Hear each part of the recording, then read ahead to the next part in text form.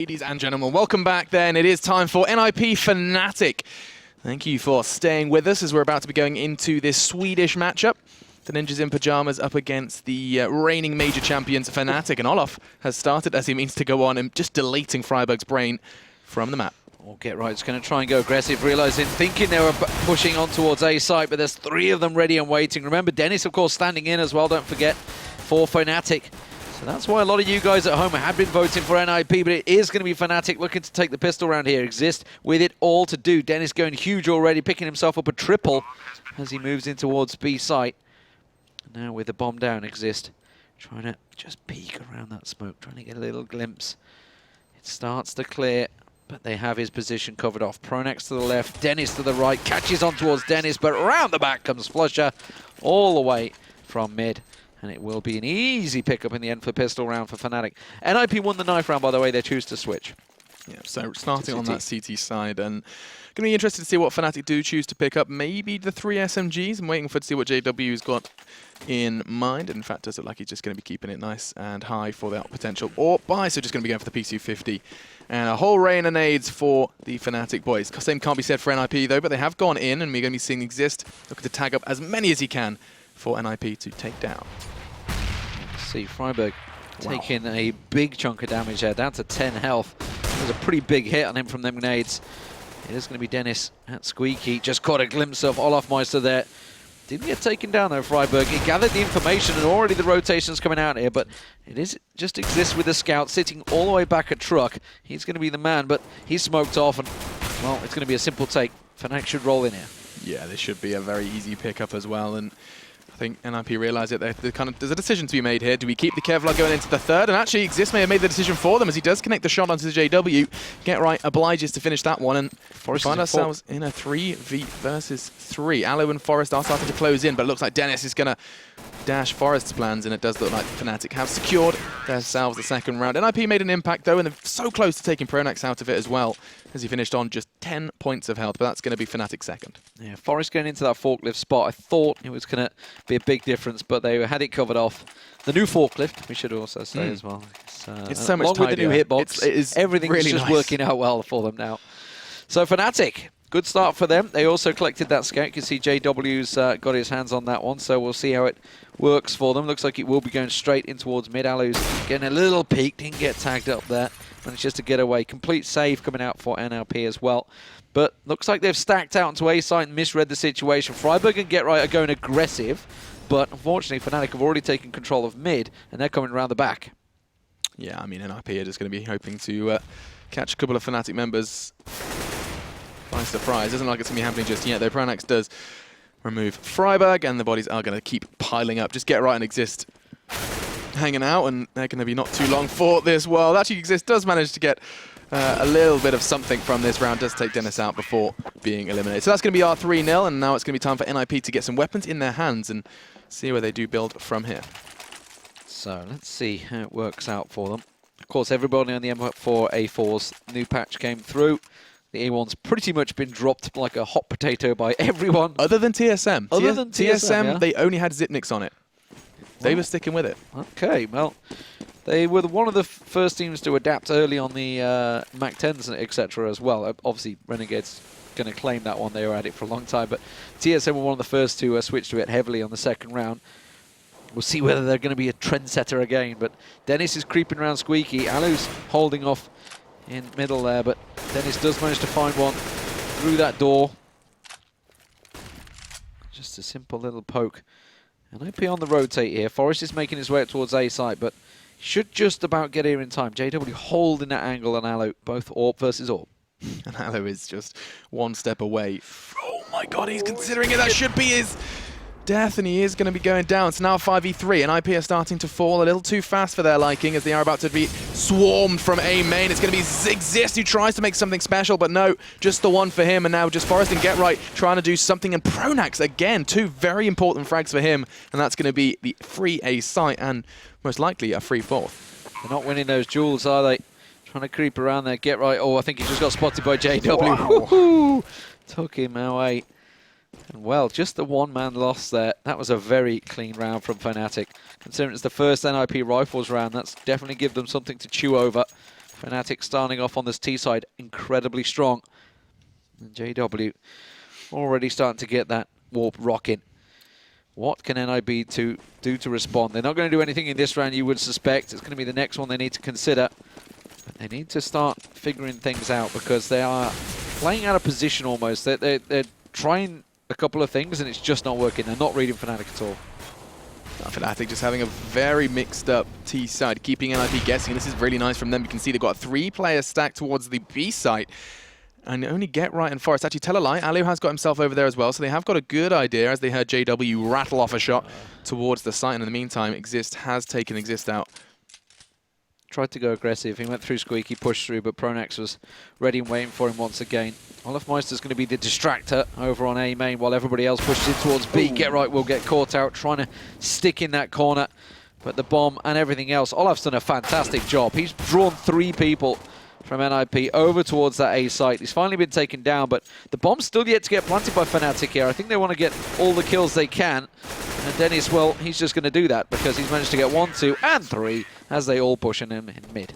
Yeah, he'll happily take that. No questions asked. 3 frags, and it's going to put 5 on the board for Fnatic. Now, though, it is again time for NiP to put some weapons in their hands. We're going to be seeing how far they can get with that. So far, though, Fnatic have been keeping NiP guessing, haven't they? I mean, like, they've basically stacked up towards B, then they had Olaf selling a fantastic fake over on A, and so far NiP haven't been guessing too well.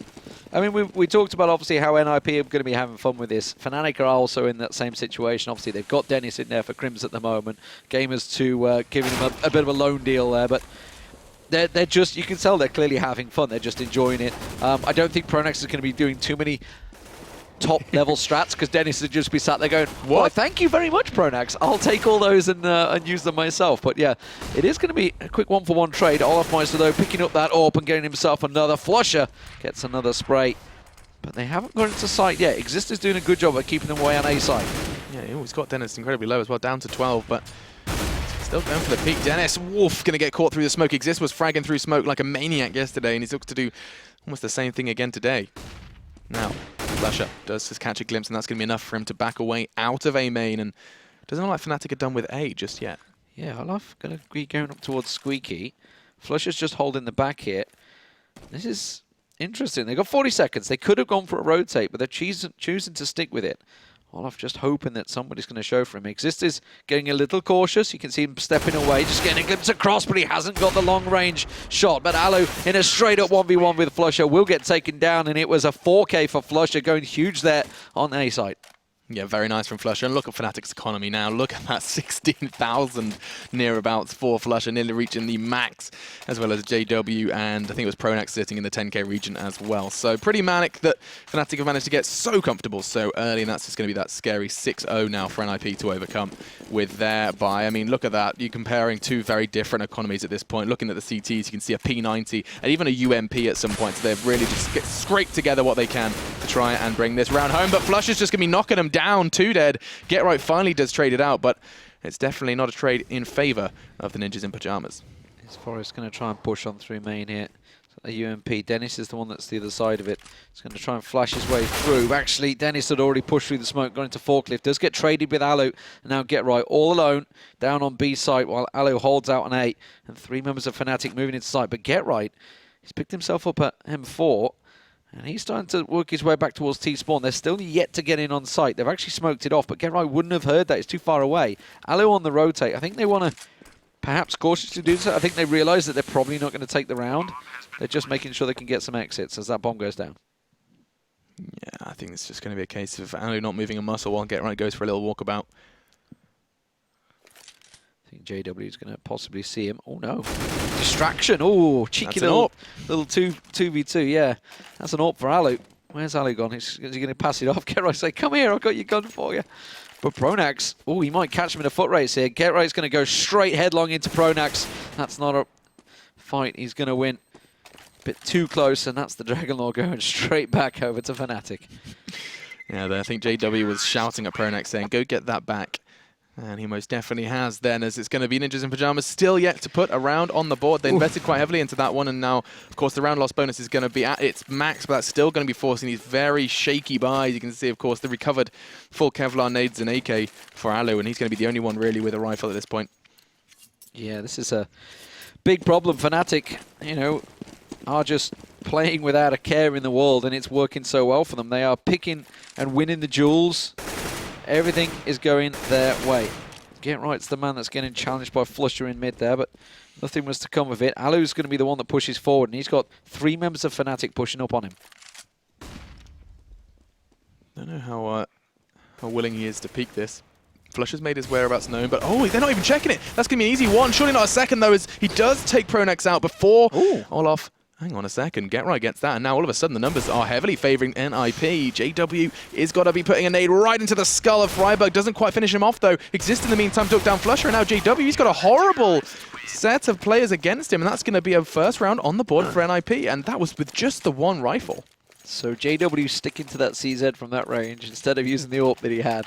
Just like, I think confidence is pretty high right now, but finally the first round on the board for NiP, and that means they're actually going to go with a triple AWP setup. Well, why not? Right. It's been answered by a double AWP off Fnatic. Right, yo, okay. So we have the triple AWP. I mean, I can't tell you where that's going. 1B, 1A, maybe? Freiburg, where are you taking that? Yeah, Freiburg B, Alu mid, and as you see the final one going over towards A. As you see Alu get one. Forest gets another one. This AWP setup seems to be making good damage into Fnatic at this point. Dennis, they do seem to have a good read on where he's going to be around Squeaky. And in the meantime, it looks like Freiburg could find one as well. The triple AWP has most definitely worked, as it's a frag for every single AWPer. And now Exist is taking his turn to find one. Gerart's the only one that hasn't got a kill, and they're right behind him in mid. Oh, Alu. Could have been a perfect ace team there. But instead, it is a round for NiP, and, well, triple AWP or not, it worked well. Not too sure of whether that was just Fnatic playing into it, though. But because they had such a great start, they can pretty much buy straight back up once again. It is just going to be a Tech 9 for Olaf, but that may as well just be an AK in his hand. Yeah, Olaf and the Tech 9 is always a force to be reckoned with. I was intrigued to see where the T side go off the back of this one. Does look like they're going to be doing the mid smoke, so the wall of smoke is about to be very real in middle. I don't think that's going to be affecting Get Right too much, though, as he is pushed straight through, and this is really nice. He knows the smokes are going to be meeting there a little late, and he's going to be able to get one, maybe two, he does! Get Right, shutting Fnatic out of the round so early, and now they have to claw their way back with just 3. Olaf's got himself around the corner, though. Dennis is also in there, and that's going to take over A side. Now he's the last man standing, but he's going to get the spray once again, working well for him. So, smokes himself off. He's got 2 AWPs versus his AK. This is totally doable.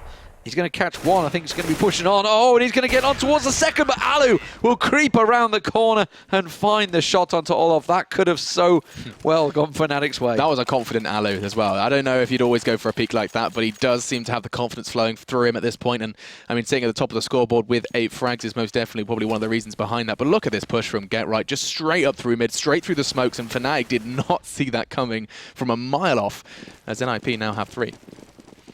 Forest on the P90. Is he going to go aggressive? He's going up towards B site. He would run straight into them. I'm just wondering, Get Right's going to be alongside him. He is going aggressive. He's going to tuck himself in. This is going to be the bomb coming round. Dennis is there. Olaf's there. I don't think he noticed. Dennis actually went past him with the bomb. It doesn't matter. Get Right's there. And the cleanup crew comes in from NiP. JW, last man standing. And this will be another round for NiP. 7-4. They're starting to claw their way back into it. Yeah, 4 in a row off the back of what was a surprising win for NiP. They basically ended with 4 people still standing. Only one of them had armor, I think it was pretty much. No, actually, Alu had the full Kevlar helmet, and there was definitely a Kevlar CZ as well. But still, very shaky for NiP to pick up that round, and then they just go and run with it to bring it to 4-7. And they like the triple up. 1B, 1 mid, 1A. Let's go. I think it's like, buy what you want, guys. Just have fun. It seems to be working. Oh, Get Right might not get so lucky this time. He's going to push on through. I saw a Zeus. Don't think I did. To the drop there. And well, that's something a lot of people have been talking about. I saw it yesterday, actually, being used prolifically. It's really? Just 100. I mean, why not? It's almost like picking up a decoy now. Just go for it. Oh, JW is going to catch Get Right out here. That smoke. Oh, he cleared just at the right time. He's going to just creep straight into him. JW. Ooh. Okay, there must be the spec bug. The smoke was still there. Okay, yes. Yeah, it is actually. I can see it on the map. My mini-map smoke is still there. Smoke is still there. That's just spec bugs being spec bugs. Now they're back into the action, and 4 Ts remain. Seeing Flusher taken down early, he's going to put NiP with a good foothold. Looking to build off that is Get Right. Trying. Ooh, he thought about it. It does actually get caught off by Dennis. Nice swing with the Squeaky and get away with it as well. As Olaf, in the meantime, takes 1 up out of the equation. They'd 4 stacked on A site as well there. NiP had read the situation well. The bomb has been left in A main. And now with the team of Fnatic just wiped out. Olaf finds himself all alone. He's got himself an AWP. Is he going to try and stick with this? He's got 30 seconds to try and do something, try and draw someone out, try and draw someone to peek him. Doesn't look like NiP are going to have any of it. Exist sitting on A side. They haven't seen the bomb yet, by the way, which is why they haven't stacked out over an A main. We can see it on the mini-map, but I don't think they realise it's there because Fnatic just tossed it behind the box there. So, which is why you see Forest all the way down on B side. They're just spreading themselves out perfectly. Freiberg's going to be the man that's going to see Olaf first. As he comes around, oh, Olaf misses the shot. You don't ordinarily see that. Misses a second, but then they know his whereabouts. They know his positioning, and they're just going to cover him off here. Time runs out. Are they going to get him down before the giving clock? it to him. Don't think so. I think he's going to keep it. Yeah, I think NiP were more happy keeping their 2 AWPs and the M4. Of course, considering Exist, who has the full nades as well. He didn't really want to lose anything, and of course wants to kind of keep their economy stable. Not too worried about the 1 AWP from Fnatic, and I think we are going to be seeing a Galil as well come in for Flusher. So not all good in the Fnatic camp, and that's 5 in a row still for NiP. And we were worrying that Fnatic were just going to run away with this one, but I think NiP have answered our prayers and have given us a real game. 4 members of Fnatic all pushing straight through onto B, and it's Forest with an AWP. It's not the weapon you want in that situation. GeT_Right's going to drop down, got an M4, gets 1 spray, gets a second, turns around, doesn't get caught. This time around, JW will take him down. Dennis picks off Alu as well, and now it's a 2-on-3, sorry. Exist and Freiberg on the retake. Yeah, AWP and M4 between them, and they do have a Molotov as well to try and clear out some of those spots. That's pretty good, actually. That's going to force 1 out of position and bring him down to 59 points of health. Brings 1 lower. That's down to 5 now. It's Dennis who's taking a beating, and JW coming from behind isn't going to be able to connect the shots. This is becoming doable now, as Olaf does take down Freiberg, so all onto Exist, and he hasn't got too much health to work with. I think the decision may be made to just take that AWP, not going to be given the choice, as Olaf finds him with the P250, and that's going to be another round on the board for Fnatic, stopping NiP before they get their 6th. Yeah, breaking a deadlock a little there. They were in danger of suddenly letting NiP pick up 8 rounds back to back. So back and forth we go. NiP can afford to get themselves those triple AWP set up once again. They are vulnerable now, though. Fnatic are vulnerable to getting their money completely reset if this round doesn't go their way. And still with the triple AWPs. Okay, jump on board with Alu then, and see if he's going to be able to find anything early towards middle. Does catch a glimpse of 1. It was Flusher who crossed, and now anticipating that backup peek from Dennis. He's most definitely there, and Alu should be able to find the shot. Not going to be happening just yet, but he's got a good idea of where at least 2 of the 5 are positioned. Now, does he realise that it's going to be an A push? Because he saw them boosting up there, but he doesn't know just how many have crossed on through. He does manage to find Dennis. That was the mid push.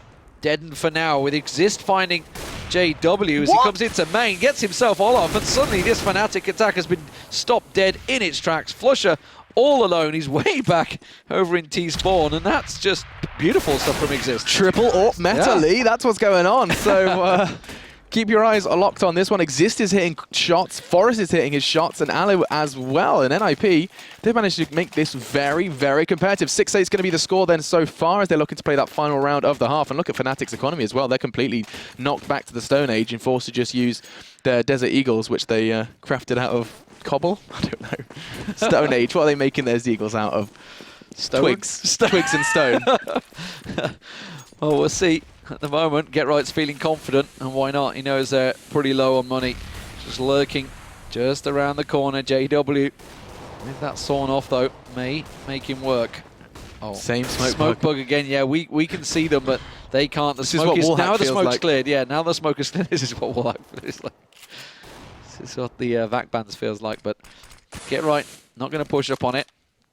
Freiberg's going to make his move because it's A main where they're going to be coming from. Straight to Exist, who had the AWP in the last round actually, has switched across to an M4. A4. Didn't believe too strong enough. Let's see, they're going to be pushing into side here. Freiberg's going to line up the shots, but they're not landing them. JW does get GeT_Right, that's in the middle as well, so middle is completely left open, but Exist on the cleanup. Now JW left alone, gets Freiberg down. He's already picked 2 up, and I tell you what, Exist is pretty low, but Good work from Forest to come around the back, expending the Zeus at the end as well. 8-7, the halftime score. Who'd have thought so when it was a 7-0 start? Wouldn't have thought that. That was very, very good to see NiP just kind of... It almost felt like they were trying to play... So the first couple of rounds, they were trying to play, okay, guys, it's Fnatic. Let's play how, you know, those strats we created. And then in the end, they were like, okay, throw the strat book away again. Let's just buy 3 AWPs and have fun. And then suddenly rounds started happening. And it was all down to that one round where they let Exist get away with the AK. And they actually just ran straight into pistols. Yeah, I think actually, yeah, you're right. And I also think credit where it's due to Exist, who was holding A. Almost every time Fnatic were throwing themselves at A, there was at least 2 kills coming out from Exist. With AWP, with M4, it doesn't matter. He was very prominent in keeping the A site safe once they went back to their old ways. But I mean, a very, very decent half. And going into the second half, I'm most definitely excited to see what NiP can do given the freedom of T-side. Yeah, we'll see how it works out. 8-7. It's a totally, you know, wide open match right now. NiP and Fnatic both got themselves a win apiece. Actually, NiP's got 2 wins, haven't they? So it's a good start from either of them. The question is, who will take this one? This is, you know, a big decider, especially for NiP, because they are supposedly in a transitional period. We'll still wait and see. There's nothing coming out about that, really. But they didn't make the finals last year. Fnatic did. They won it. NiP will want to be there this year. I mean, it's a big prize. It's a 250k finals that will come to the end of it. Don't forget also there's a lot of money on the placements as well, where you finish. So obviously you can finish at the top there. Everybody's happy. Everybody gets a bit more cash. But here we go. Pistol round on the way. Let's see how NiP take the T side. There's a whole lot of bodies in middle, and JW's lucky to be alive. He's just backed away. Did get tagged down to 16. I think Fnatic realized where this one's going. NiP are charging, wrapping through. NiP is going to be starting to try and catch Fnatic from behind as well. You can see it was actually Forest who pushed straight through Connector, and that's actually kept them busy for the T-side to just swarm all over the site. This is nice from NiP. They're all over the site. They have managed to get in there. The bomb goes down, but it's a 3-on-4. So you would assume Fnatic might be able to close this out, but suddenly 2 get knocked down, and it's all NiP now. Get right. Suddenly delivering with the pistol, gets himself that triple. JW with just 16 health. The first man that got dinked right in the middle is forced to run away, and NiP going to take it 8-8. That's going to be very important actually for NiP in terms of just starting strong. They want to kind of avoid what happened last time, where of course we saw Fnatic just get 7 straight up back to back. And picking up that pistol does give them, put them in good stead to start with an early lead then going into this one. You were mentioning Exist, of course. He is top of the scoreboard at the moment, 15 kills, so great job by him early on. Dennis, of course, on the other side with 15, but all square. What is going to come out? JW going for a UMP. Interesting. Okay. And full helmet as well. Yeah. I mean, well, he saved it from the last round. I think, I don't know whether he had full helmet. No, you can't. I think he saved it from the last round. But P90's UMP coming out. We'll see how this one works out. They're going to be pushing straight through. They've gone aggressive on B side. Now. Going to be Olaf, does take down 1. It was Alu and Dennis actually who gets the second now. 3 bodies have already gone down. This is Fnatic showing their prowess with no matter what the buy. Another body drops, and NiP coming into this round with a big smile on their face. It's going to be wiped clean off as now 4 members are going to be hunting him down, and Checkers Exist does pay a price to take down GW. Just 39 points of health left then as the CTs start to close in. He realizes that that bomb is 1.5 miles away. Oh, and he just had to sit there and face the music with that nade. He realized that it's either peeking towards B or catch a nade. And now just with 12 points of health and 56 seconds, he realizes, I'm just going to have to sit and wait. Yeah, patient game here. Flush is sitting on the bomb over in towards the spawn area, which is why they're not moving in on him. They know Exist has to move. And Pronax with the deagle manages to make it work. So, great round from Fnatic there. They forced on that UMP, they forced on the pistols, and NiP just ran headlong into them. And NiP just forced right back, saying, okay, you can do it, we can do it too. Going to be going in with the full armor Tech 9s. They have got a couple of nades, and I do say a couple, it's just Exists, Flash and Smoke that's going to hopefully guide them towards a site. And Alu is a CT. Do you see that? Alu had a CT model. I was. Look at him. Oh yeah, what GIGN boys. G.I. Joe going to be going in on the T side, going to try and do something there. On earth going on there? I think it's all part of the magical floating weapons as well. There's a whole lot of kooky things going on. I saw the beautiful floating stuff yesterday. Yeah, there's been some interesting spec changes. Just some growing pains. Little bugs, a few growing pains, like you say. Exist and Forest. Well, they've got the bomb. They're making their way over towards B side. Now, Olaf is all alone here, so this is a potential win. Speaking of floating weapons, right there. But Forest is going to come around, gets a little tag on towards Olaf, but that's enough. He got the information. The rotate's coming out here. JW is going to go straight towards Vents, but Forest is running straight back to mid. He's going to catch JW in the back, but no! JW comes out with a headshot. Olaf takes down Exist, and Fnatic pick themselves up another round. Yeah, now NiP are going to be in trouble because that's going to be falling away from them. 0 in the bank for the Ninjas in pajamas, so they're just going to have to sit and watch. And I can feel like Fnatic are going to get within arm's reach now of that 16 before NiP can really make a bit of a noise here on the T side. Yeah, what is NiP going to do? Because if Fnatic's economy starts getting going on the CT side, it's very hard for the Ts to get themselves back in it. And Fnatic pushing with 3 straight through middle there, so expecting some sort of rush through middle, but didn't come. NiP stacking out. Are they going to go for... Then Alu's still showing as a as a CT guy on the... Yeah, this is actually what you don't realize is this is Alu's statement. He's actually going to be joining Fnatic. He's going to actually defuse as well as plant. What is going on here? It'd be funny if he had a defuse kit on his back somehow. Yeah. But yeah, it's going to be... They were setting up to obviously do smokes, but they don't have smoke, so I guess they were expecting maybe a wraparound, a rush, maybe someone to push through Squeaky. Either way, Olaf's the one that's going on an adventure. He's going looking for the kills. I think he's going to find him. Exist actually was just tucked around the corner. It looks so confusing for CT to be firing on CT like that. Okay.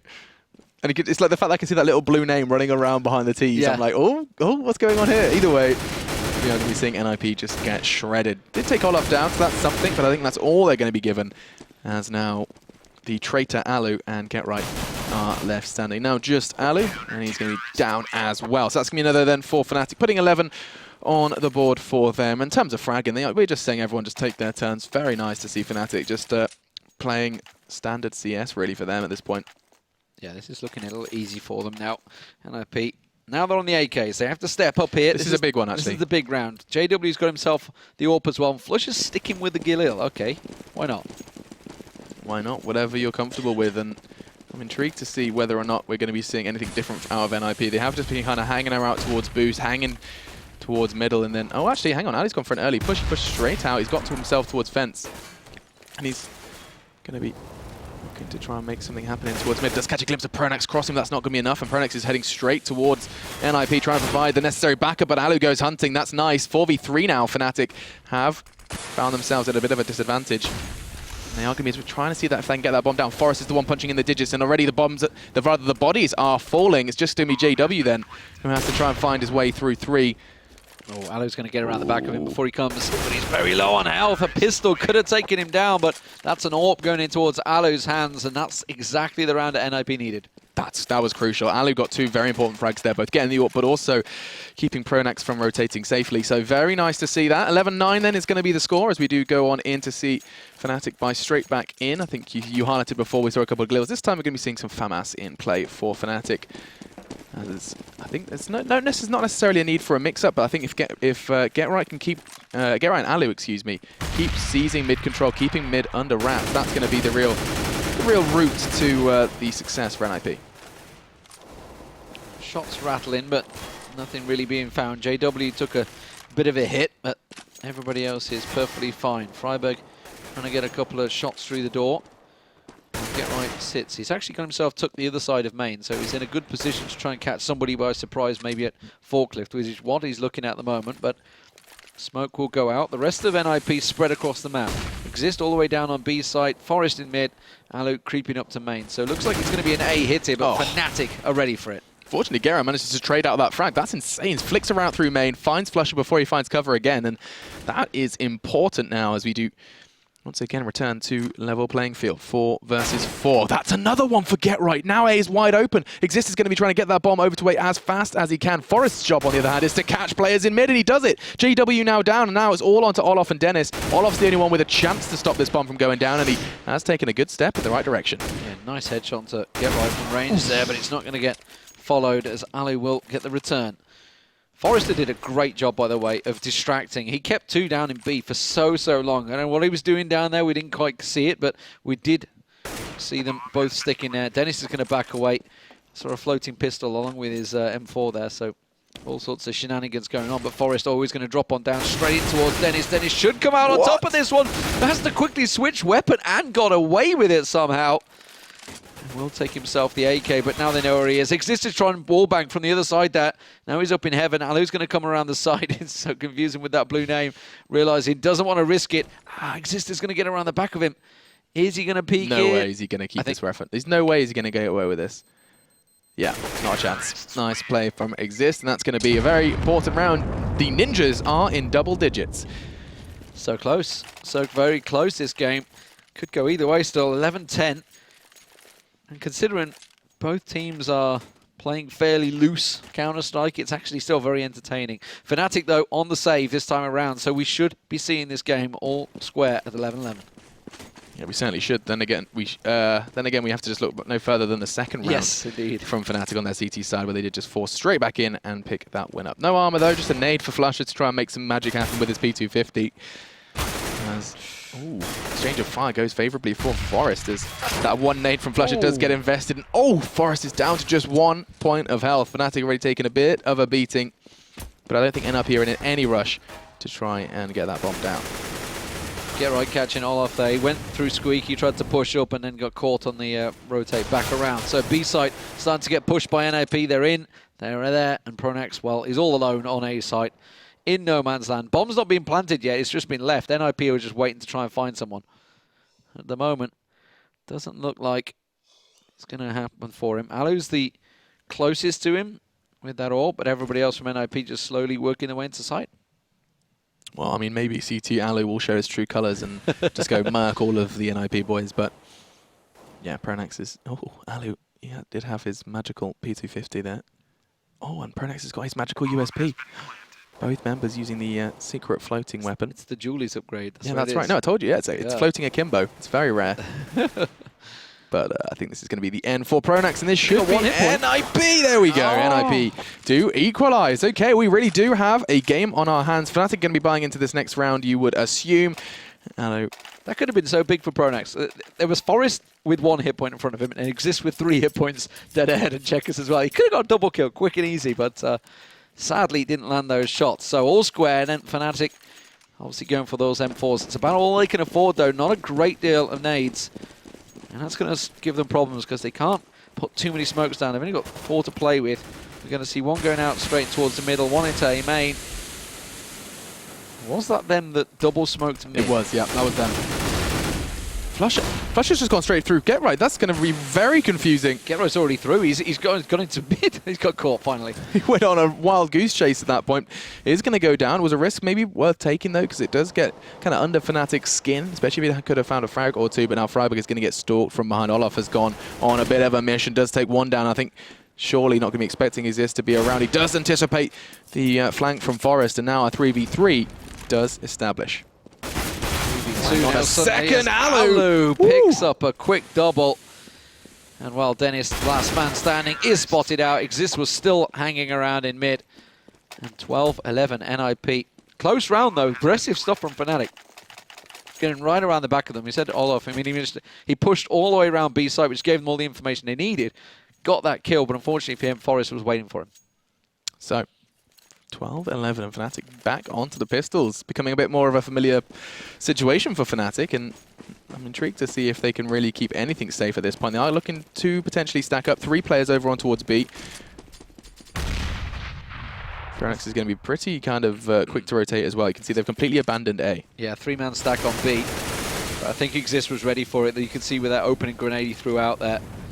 JW has still got himself tucked around the corner. That flash, they're both going to push at the same time. Is it going to work out for them? Exist does get taken down. JW with the 1. Can he get the second here? He gets a great tag and takes down Freiburg. And now Alu suddenly realizing something is wrong here. Forrest will find Flusher in the middle, but that bomb is being pushed over to A site. Yeah, so Fnatic stack does pay off quite nicely. They have managed to take 2 weapons away. Bomb's going to be going in, and of course that's the one price you have to pay for a stack, is if they do get a relatively good read, the bomb will be as far away from you as it possibly can be.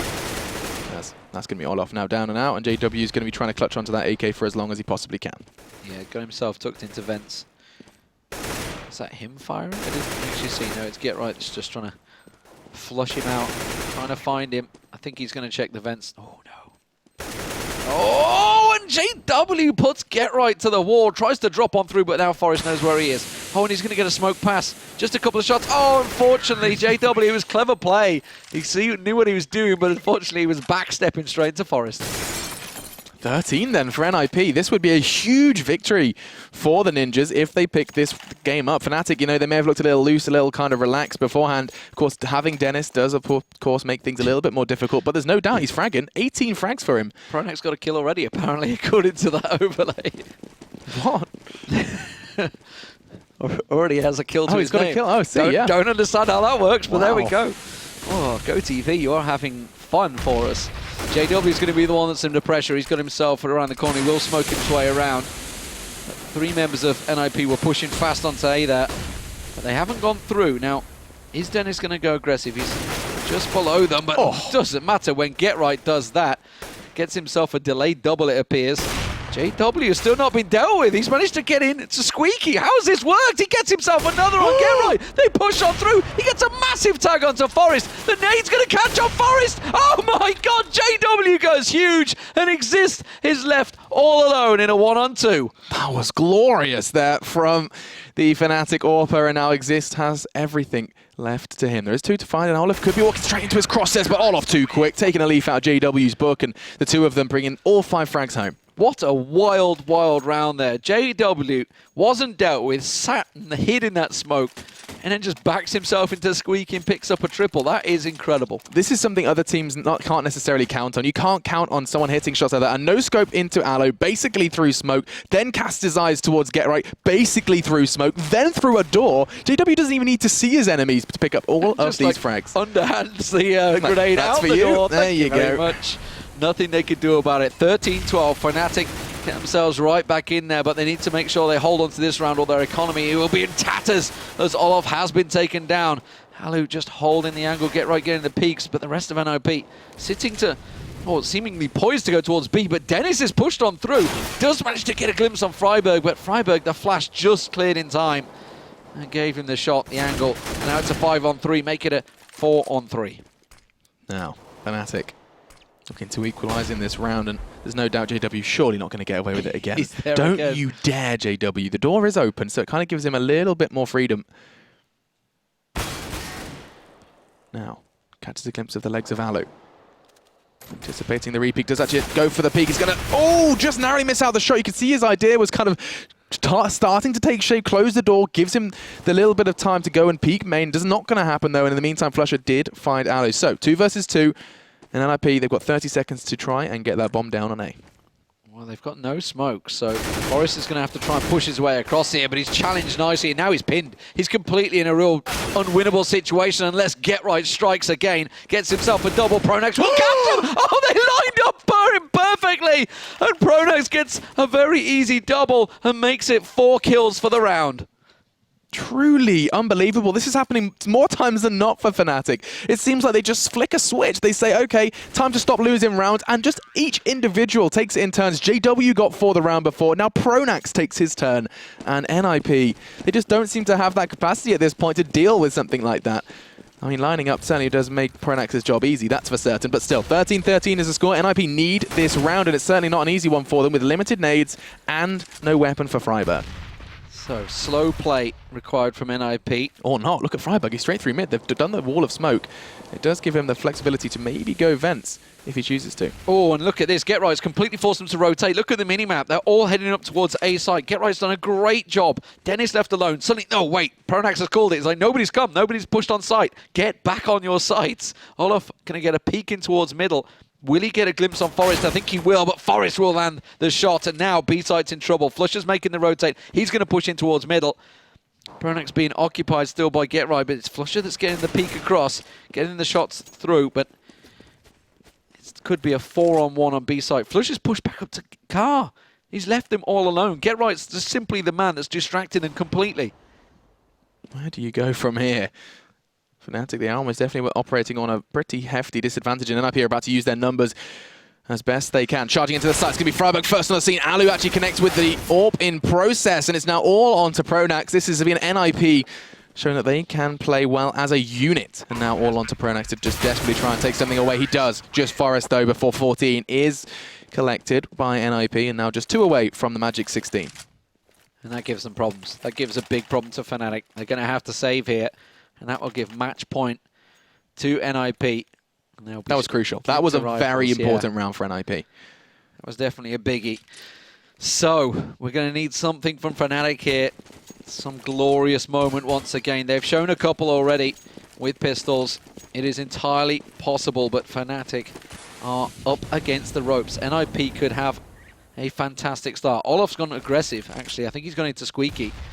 He's going to try and push around the back, but look, GetRight's already actually waiting for him, then expecting it. Exist is one that's going peeking, but GetRight's going to find Olaf here. I don't think he's going to be able to sneak up on him. Oh, the timing. The timing.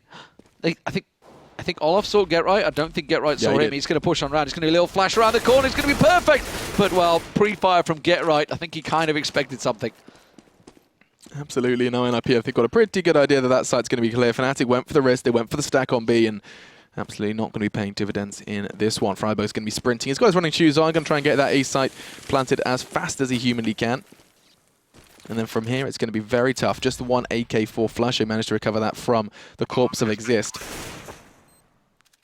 And this very well could be Ninjas in Pyjamas with one chance to close this out and pick up that victory. Pronax is going to get nailed by GetRight. Spins, doesn't get the second. Pronax, it was Alu actually that picked it up. Boost. A little boost there. JW up on high. I think it's weapon collecting right now. That's all they're trying to do. And it may work for them. Forrest is going to be expecting Dennis here. Should come around that corner. JW up on high though, remember. JW's going to drop and surprise him, but he's not getting surprised. Not a man of his experience. Can't get caught out by any of those shenanigans, it would appear. He's going to creep around. Oh, finds pinpoint accuracy on Dennis there. So Flusher does hold on towards that AK. Final round of the game possibly here. Match point for NiP. And maybe, just maybe, the... I don't know if I want to bring this Dennis factor in, because he's still fragging. Of course, he's maybe... doing great. Yeah, but I wouldn't be surprised if Fnatic approached the game differently because they didn't have their full 5. I mean, that's absolutely clear. But either way, Ninjas in Pyjamas are now one round away from picking up the victory here in the Pro League against Fnatic. It would be insane to see them have such a comfortable start against some of the bigger names here. With a beaten Envy already, this would be their win against Fnatic. And the top 4 is certainly getting shaken here in the Pro League right off the bat. Nice from Forrest, though. Starts as he means to go on, as Flusher is now forced to watch as this best of one could fall out of their grasp. JW shows what he's capable of with the Mag 7. Now, 4v4. Yeah, Mag 7. It's his trademark almost for JW over that AWP these days. It's something he always falls back on the heat, but NiP in a 4-on-4 against Fnatic here. Pronax in middle getting a peek, and Olaf actually going very aggressive, but Exist is just to the right-hand side of him. Doesn't realize it, will get caught out. Freiburg also winning out the duel against Olaf in middle, and that's given B-side all to NiP. Dennis is moving in, JW in towards middle. He's going to get spotted off. Exist will take down Dennis, and now the last man in the middle is JW, but he's in a 3-on-1. This is most definitely going to be curtains then, as this could be NiP picking up the win. JW's got to do something very, very special. Not going to happen as the Tech-9 does connect. And it's Forrest who brings the final frag home. NiP succeed over Fnatic. 16-13 going to be that final score. I'm going to write that down because I do not want to forget that. Big result. Big result for NiP, no doubt about it. Both teams playing, obviously, different Counterstrike to what we used to see. You described it as loose. Very loose, yeah, very loose. They're clearly having fun. It's an online league for them. They both expect to qualify anyway, so probably not taking it like uber serious as you would do, say, if you were in a grand final best of 5 time thing. So it's that's what I'm trying to say. They're still taking it serious. There's still money at hand. I was going to say, there's a lot of money at hand. At play, but that sort of game, that's what we'd call a 6-pointer in the Premier League. It's, when you take a big victory over one of your rivals, when you're looking at getting towards those top 4 spots, could be looking towards the end of the season and looking back at this result and thinking, wow, okay, that was a big one. That was a big one. That most definitely was. Of course, Fnatic playing without Crims. There was a real absence there of Void, but Dennis filled it very comfortably. 18 frags for him at the end of that one. So big frags from him, and I don't think Fnatic are going to be struggling too much in their next game with the loss of Crims. Of course, we are going to be seeing more from Fnatic, and hopefully going to be seeing them demonstrate what they are capable of up against Hellraisers. That's going to be our second game of the day, and I'm really intrigued to see more from Hellraisers as well, because they have this new presence fix in place of Dosia. Yeah, we'll see how it works out. Dozier I was a big fan of, so he was a man that could carry them quite often. So it's really some big boots to fill. Yeah, absolutely. Well, we'll see if they are filled after the break. We hope to see you there. into this game, not going to be letting anything else slip away from them, because every win is so crucial. We saw that this being the case over the NA side of things, and specifically is where, yes, Cloud9 were a clear favourite last season, but everyone else, it was like a case of a couple of wins, one foolish loss. They weren't on their game for two games, and all of a sudden they weren't coming to the offline stages. It's crucial. Yeah, that's how Navi slipped out of it last season as well. That's how they managed to just slip out. It was a pretty much even win-loss ratio. Unfortunately for them, wow, I think they got caught in the headlights of a strong Dignitas at that time. But that was a bit of a train from Hellraisers. They're actually going to pile on through. They've gone straight through lowers, charging through middle. Unfortunately, though, Fnatic are going to be able to catch them on the cross. Fix does get the opener, though. It's all on to Flusher then to try and keep himself safe in B, and he just goes straight on out. He is not willing to fight that one. Angel is going to be the one scooping him up from behind. It doesn't look like too much is going to come of that. Now Fnatic want to rotate, and they have done so very, very quickly. I'm worried about how long Angel's going to survive, but they just push on through, and Hellraisers, they're starting to make this looking very, very good. 2 members remain. JW's desperately trying to find something with the P2K, and as I said, Hellraisers have managed to pick up this pistol unless Dennis goes off. It's a real tricky spot. I'm sure you've all seen Carrigan's video showing this spot, how tricky it is to try and catch someone. It was a good catch on towards, I think it was Adrian in the window there, but does get taken down, so the train worked out well for Hellraisers. Just a pile on through. They actually went around the tunnels, straight through double doors, into mid, and then straight into B site. Flusher could have gone big there. He got caught on, it was Adrian, in the stairwell in tunnels. Almost caught him out, but wasn't to be. Now, pretty much full armor and the CZ going into this one. And Dennis is going to be able to hopefully catch out Angel. Wasn't anticipating that one at all. That's a weapon, and now he's just going to go pushing straight through. Does have Pronex to help him as well, and Kucha's just going to line him up and knock him down. Just the one, as Dennis does dart away. No, walk straight on back into his crosshairs, but Fnatic have made a very lasting impression in this round. Yeah, that's a big problem, because Kucha's only on the 10 health. That's a real tricky situation. Mo could be the telling difference here, but at the moment, they're on the hunt. He's actually in a good position to get around the back of them, because they're sneaking towards T-spawn, but they have the bomb covered off here, which is what they're sitting on. It's going to be down to Pronax. Gets a little shot down, but Mo's going to come straight around on towards him. Doesn't manage to get the shot down, but Flusher does. And now in a real tricky one-on-one, because it's just 10 health for Kucha, despite the fact he has that AK. Now Flusher with a Galil. This has been a very odd round for Fnatic. Just the one frag away, or rather just the 10 points of damage away from this one. Oh, Flash is playing this very, very smart. He's going is he going all the way around? Surely not. He's anticipating Kucha to go around. He's actually giving Kucha a whole lot of freedom. Kucha's confused. I mean, he's been slowly walking to pick up the bomb, and he's like, where's he gone? Well, he's got 20 seconds. He has to run. He has to start belting, getting out of there. Oh my God. It's going to be too late to plan. Kucha's going to be making noise. Flusher's just going to be able to sweep this one up. Doesn't check it. Kucha's crossed. It's too 10 late. seconds. He has no time. He's not going to be able to get that bomb down in time unless he gets be close. He has just enough time. He had just 2 seconds to spare. Flusher's going to be pushing in. It's an open plant. It is going to be the frag for Fnatic, but chaos in the second round here of the Pro League. Well played, Flusher. Knew that he had to have a sprint some way. I mean, he could have easily just gone long there, and it would have been very much in Kucha's favour, but it's just that's the gamble that Flusher took, and he basically knew he was in a position to cut off, what, 3/4 of the map. There was only one route that Kucha could have taken to get away from him. But the most obvious route as well. I think Flusher just playing mind games with him there. Yeah. Truly outstanding stuff from him. I mean, what a fantastic second round, though, from Fnatic. We've seen it so often from them. JW pushing up, gets himself one on short, gets challenged by Kucha. That nade's going to find 2 of them down in lower tunnels.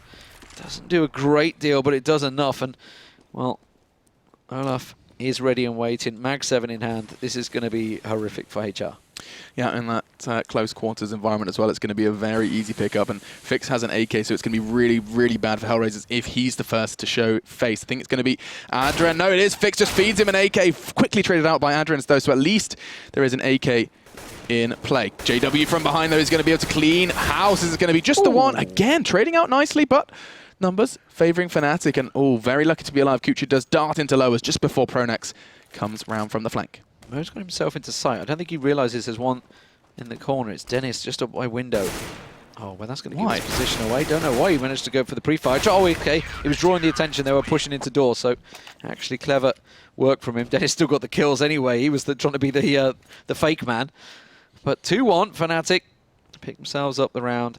Hellraisers made a dent, considering they'd just lost that round to an eco, so they did force it up. You know, had a scout and a couple of other things, but Olaf, I think, did he get traded gun? Yes, he did to get himself the AK. Okay, so this is Fnatic, who have, I mean, I'm really worried like how much that round's going to have affected Hellraisers. Losing that second round in such close fashion as well.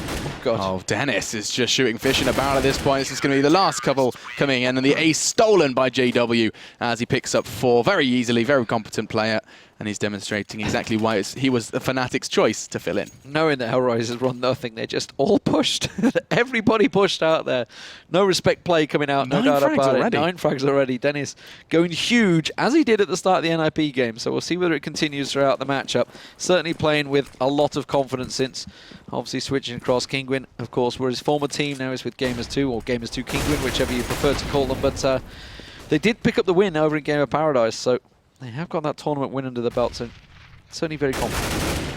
Yeah, that's confidence kind of completely personified there by JW. As now it's going to be a 4v3. Angel got a very vital frag shutting down that presence, and it's going to be another one. Angel gets the shot onto on-off, and now suddenly Pronax and Dennis are all that Fnatic have left to work with. Yeah, they're going across catwalk. Looks like it's going to be a push on towards A. Angel's coming across. Pronax is setting himself up, but you don't know. They could split either way. Kucha's got himself all the way over in B tunnels, but that's the bomb that's just been picked up. Dennis manages to find it, and now they know where the carrier is. Pronax is left in a 1-on-3. Where are they going? They're going to go straight towards him. They're going straight to Pronax. He's right around the corner. It's perfect place. This could go horribly wrong for Hellraisers. 1, 2, surely not a third. Pronax just lines them up and knocks them down. 3 frags. Hellraisers, and a celebrationary Molotov is thrown out, as he most definitely is bringing the fire. 4-1 then, as Hellraisers, that was a given round. That was a round they cannot afford to see slip away. Good God. Look at that spray control as well. Angel, you can see Fix was kind of caught running. He wasn't expecting to see Pronax there, and he finds the heads of 2 of them. Mad stuff here. I'm not sure he was expecting the repeak either. I think he thought that Pronax was going to back off there, but no. Didn't go for the reload, just went straight back into their faces. It's a fast push this time from Hellraisers. They're going to train their way all across Cat. That flash is going to be perfect, and Pronax and Flusher should just be able to mow them down. We've got yet another CT bug going on there. It's going to be Mo this time around. Oh, thought that was a team kill there. Actually, they picked up quite a few kills, considering it was pretty much a shooting gallery for them. But Fnatic close out, pick quick round. It's like Flusher's asking if he's okay. You all right down there? You're right, mate. How you doing? You looking keeping a little peaky. Well, we'll see if we are going to be seeing any peaks actually from the AWP of Mo. Oh, it's a Dren. There we go. This is an interesting model bug. Oh, yes. We've got another CT. Yes. All right, here we go. So 6 CTs currently on the map. One of them has, however, committed mutiny on the CT ship and has gone over to the side of Hellraisers, as this one is looking like a little bit of a slower one from Hellraisers. They know they have an AWP in play. They can try and rely on that somewhat, and there it is. Mo finds it. That's an interesting duel. We're going to see that one develop. And Angel goes straight out and finds Olaf as well. Suddenly it's a 5-on-3. But Pronax has gone aggressive. He's pushed out of long A. He's coming around the back of them, and he's actually caught a glimpse of Mo around the corner. He's going to have to go for the reload this time around. Mo doesn't want any of it. It's an AWP versus an M4 in fairly close quarters. Didn't want to get caught out. Real awkward situation right now. People are pushing all around the map. Dennis has gone out in mid. He's found a Dren. And now suddenly Mo's tucked right below Pronax, directly below him. Is he going to check it? Just going to check his corners, and he does find Mo. So AWP loose, as well as chances from Hellraiser starting to dwindle. Yeah, it's Kucha, the last man, in a 1-on-3. That was such a strange round. There was literally Hellraisers were in A site, they were in almost B site, and then they just got caught out all across the map in strange 1-on-1 duels. There was no chance of trading kills. There was no revenge frags to come, and now Kucha, well, with the bomb basically miles away from him. Oh, that Moll is forcing him in there. They're just going to pick him off. Yeah, he had nowhere to run there. And Flusher picks up the kill. So Fnatic are just making this look very, very casual. Another day in the office then for them, and you are going to see Hellraisers reach that mark that we saw NiP hit. Let's not forget, actually, if you kind of cast your mind back to Cash, this was a similar situation. In fact, it was 7-0 over on Cash before NiP started finding anything. And then you're not going to forget who won Cash all too lightly either. NiP finding victory at the end of that one. Yeah, for Hellraisers, when they're up against the likes of Fnatic, you can't win pistol and then give away that second round. No way. It's unforgivable. And while they did come very close to picking up a few more rounds, Fnatic are Fnatic at the end of the day. They have it in their ability, even if it's all the way down to Pronax, to absolutely take a 1-on-3. That was big from Figs. Finding JW, that was all AK, and actually we are going to see a couple of frags come in from Adren. He did a big hit with the Tech 9, but it doesn't look like it's going to be too good. As, Figs has been given a little bit of life from Flusher, missing those shots or fluffing those shots. And now going to be seeing him go into a 1v2. Not going to have the chance to take down Dennis, as he does leave him with just 12 points of health, and Fnatic going to be putting 7 on the board. This is looking very one-sided at this point, Lee. They're starting to slip it up a gear now as well. Starting to go for that double AWP setup. Olaf and JW. Where are they going to go with it? Mo, of course, can't afford himself an AWP, so he's not going to be able to get the challenge down through doors. So, where are they going to head? Okay, it's a split coming out. Kucha's going to head over, see if he can get a little something. But Flusher and Pronax at that door over at long A, not letting anyone pass. And the second someone peeks, their head gets taken off. It's an easy pick up then from Olaf as he just connect onto Kucha, the double AWPs, and the fact that they're just next to each other, holding hands in middle.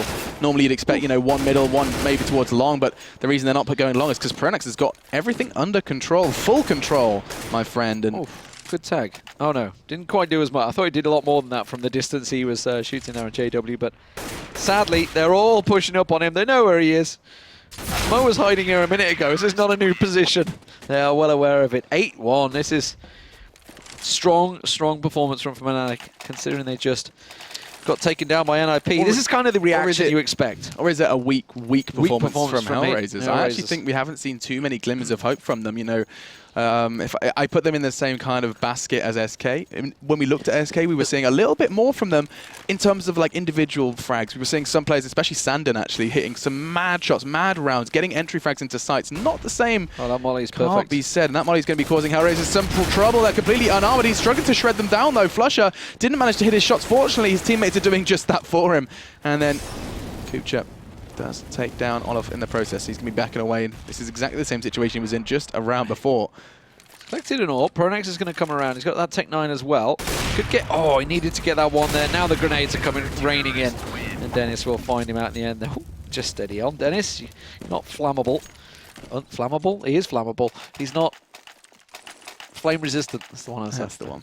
I didn't know where you were going. Words are hard. I know. I could tell by the expression on your face, like the confused wrinkle. But Dennis is on 17 kills right now. He's having a whale of a time against Hellraisers. I just think that we should stick with him and see if you can get a good example of what he is. He's most definitely up to. He's just going ultra aggressive, yeah. He's been pushing lowers, and he's going to just put... Oh my lord, he's just pushed straight on up. Mo gets challenged out. Dennis is just...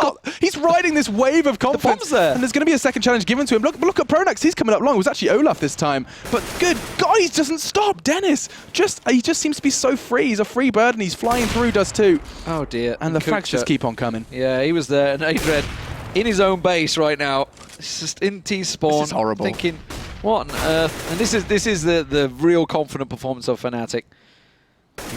Sadly for Adrian, he's having up against a very confident, very aggressive Fnatic. Dennis does finally get taken down. He's managed to get himself a double here. Trying to stop them in their pace and gets another. Suddenly JW goes down, and Adren, despite the fact he's basically on T-spawn ramp, has managed to pick off Fnatic. Intimidating is the word at this point for Fnatic. They've become a true terrifying presence here on the map, and Adren's caught a glimpse. If only Flusher had paused for just a second. There's now 30 seconds in Adren's. I need to...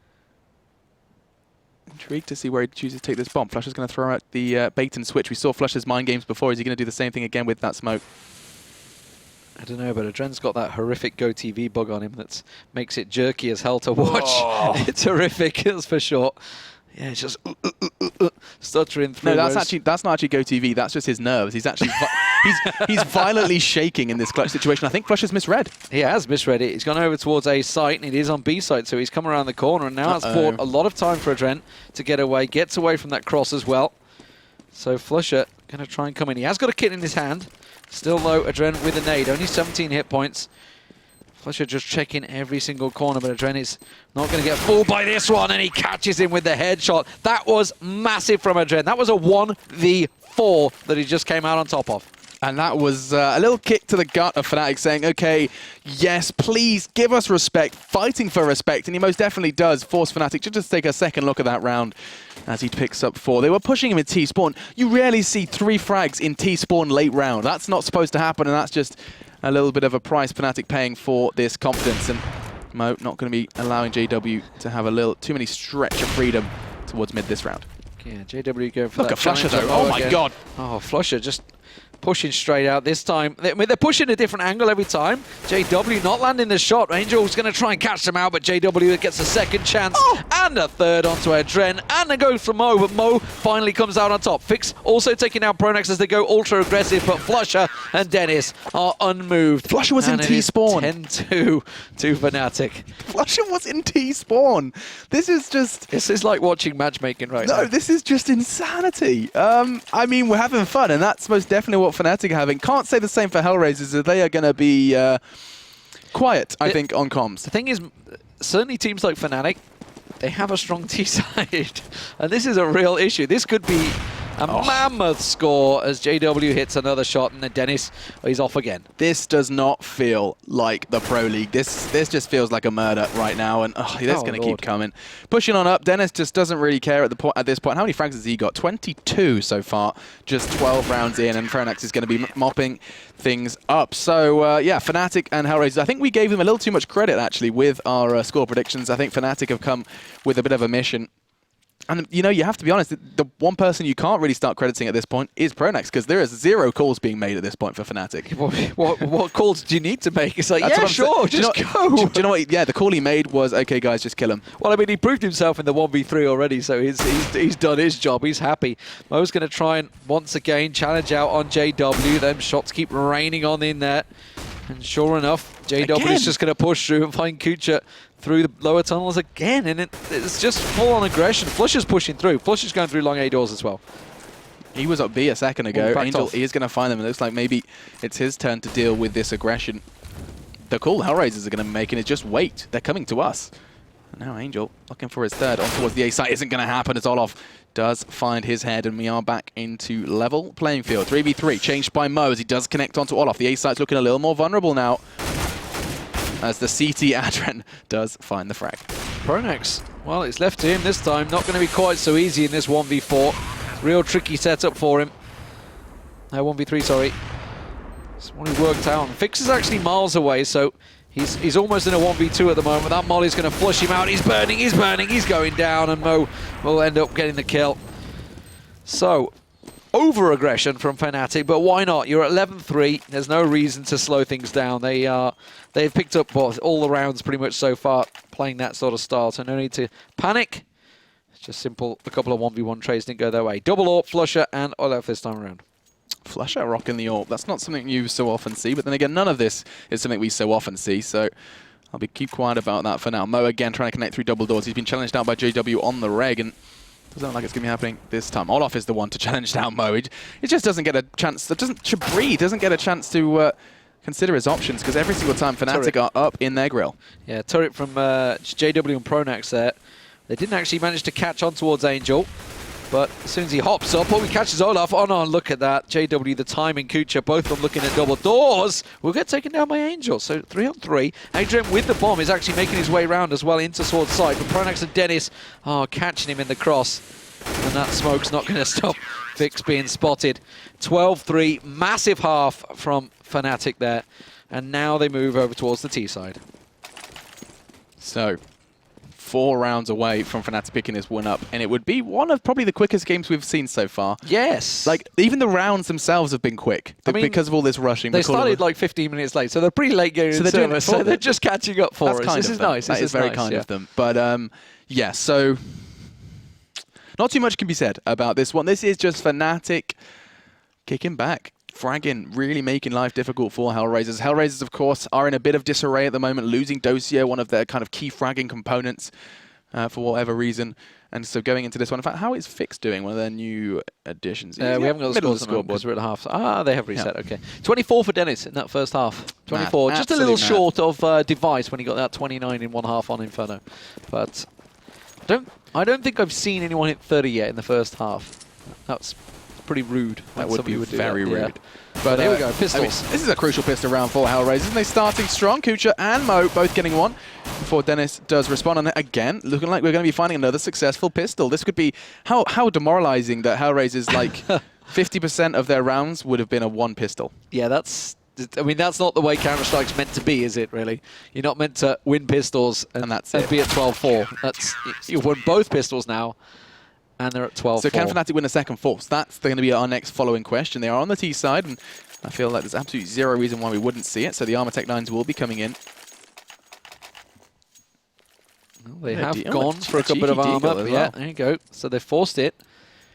We'll see if it works out for them, because Hellraiser's actually gone pretty heavy into the investment here. They've only got the 2 SMGs, everybody else on the rifles, so they're expecting an Angel's gone aggressive. He's got into lower tunnels, and actually it's going to be Fix and Mo that are going to get challenged out over on doors. Dennis was the one that pushed through. He got one, but it was a quick trade. Now Kucha needs to get in position. Angel, perfect spot, but doesn't manage to take them down. Only got the one. Olaf's got the bomb, and he's already into B side. Adrian's miles out. This is not good for Hellraisers. This cannot happen again. Zero excuse, and he didn't even check it. He was not anticipating Olaf to be so pushed up so early. Now the bomb's going in, and this is just another nightmare starting to replay in the minds of Hellraisers. It's happening again. All onto Kucha. He's not long for this world either. And that is unforgivable. 13-4 is going to be the score. Fnatic, yes, they're masters of the Force. Yes, they're masters of that second round, but no way should that happen. 2 times in a row for Hellraisers, and they are going to be kicking themselves. Like, we're winning pistols. Why can't we win anything else? Yeah, it's demoralizing, I think, for them. And there's not really any other way around it, especially against the T side. But that was just everybody pushing. It didn't seem to be a totally set routine. Olaf, clearly, everything was distracted so he could get in towards that B side. They're pushing straight through. They're going straight on towards Angel's in trouble here. Yeah, Angel needs to back away, try and keep himself alive for as long as he possibly can. Olaf's going to be dealing with the brunt of this CT force, and he's just going to be demonstrating how competent he can be, and JW was happy to finish off what he started. Oh, but this is a good little push from Fix here. He's managed to get some damage down, but JW with that CC not getting moved, and Adrian, the last man, will get taken down by the very easy spray down of Pronax. 14-4.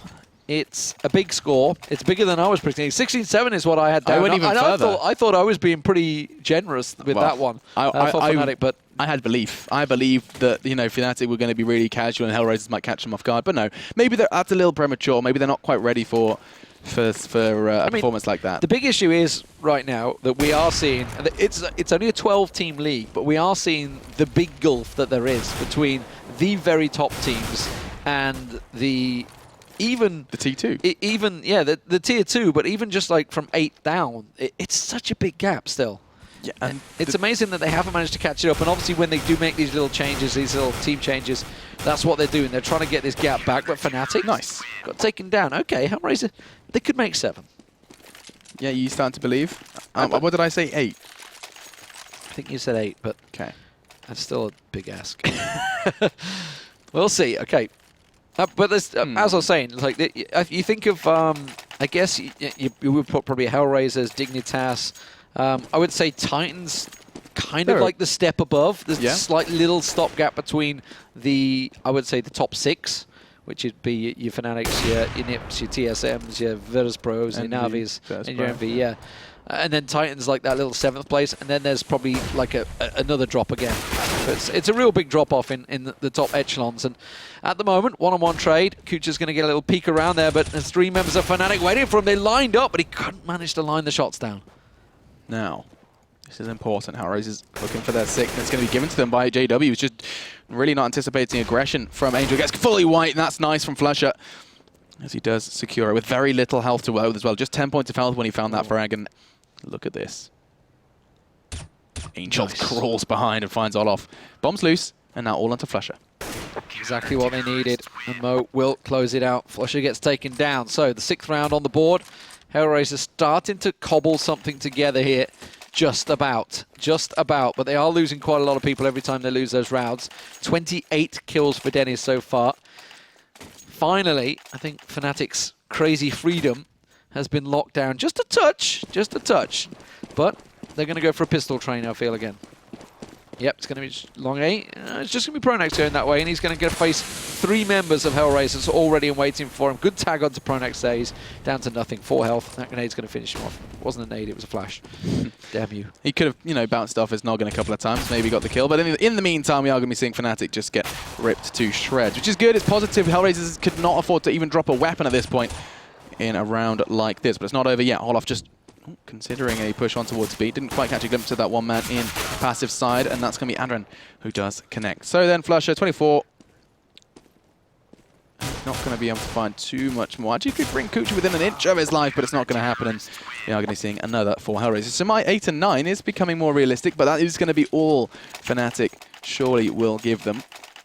Oh, we'll see. They could go on a tear here. This could be big. Remember, it was 12-3 for Fnatic on their half. I think the only reason why my disbelief is so present is because of the way Fnatic got those rounds. Overly that wasn't, confident. you know, it wasn't a really hard fought. It was mad rushing long mid and B at the same time. You know, that was the kind of the way in which they acquired them, and that's why there is a distinct lack of faith currently on my side of things. Almost going closer. This is a mistake because JW's right around the corner. He's pushed up close. He is pretty much caught out wide, but Flusher's the one that picked it up. Now Fix tried to come around support. He's pinned. He's on the car. The nades are they going to rain in? There is a molly in hand of Flusher, but not even going to bother using it. There it is. It's going to force him out, and he had to back away, and that gives Flusher another shot. Angel is in a real tricky situation, and out to 3 and 1.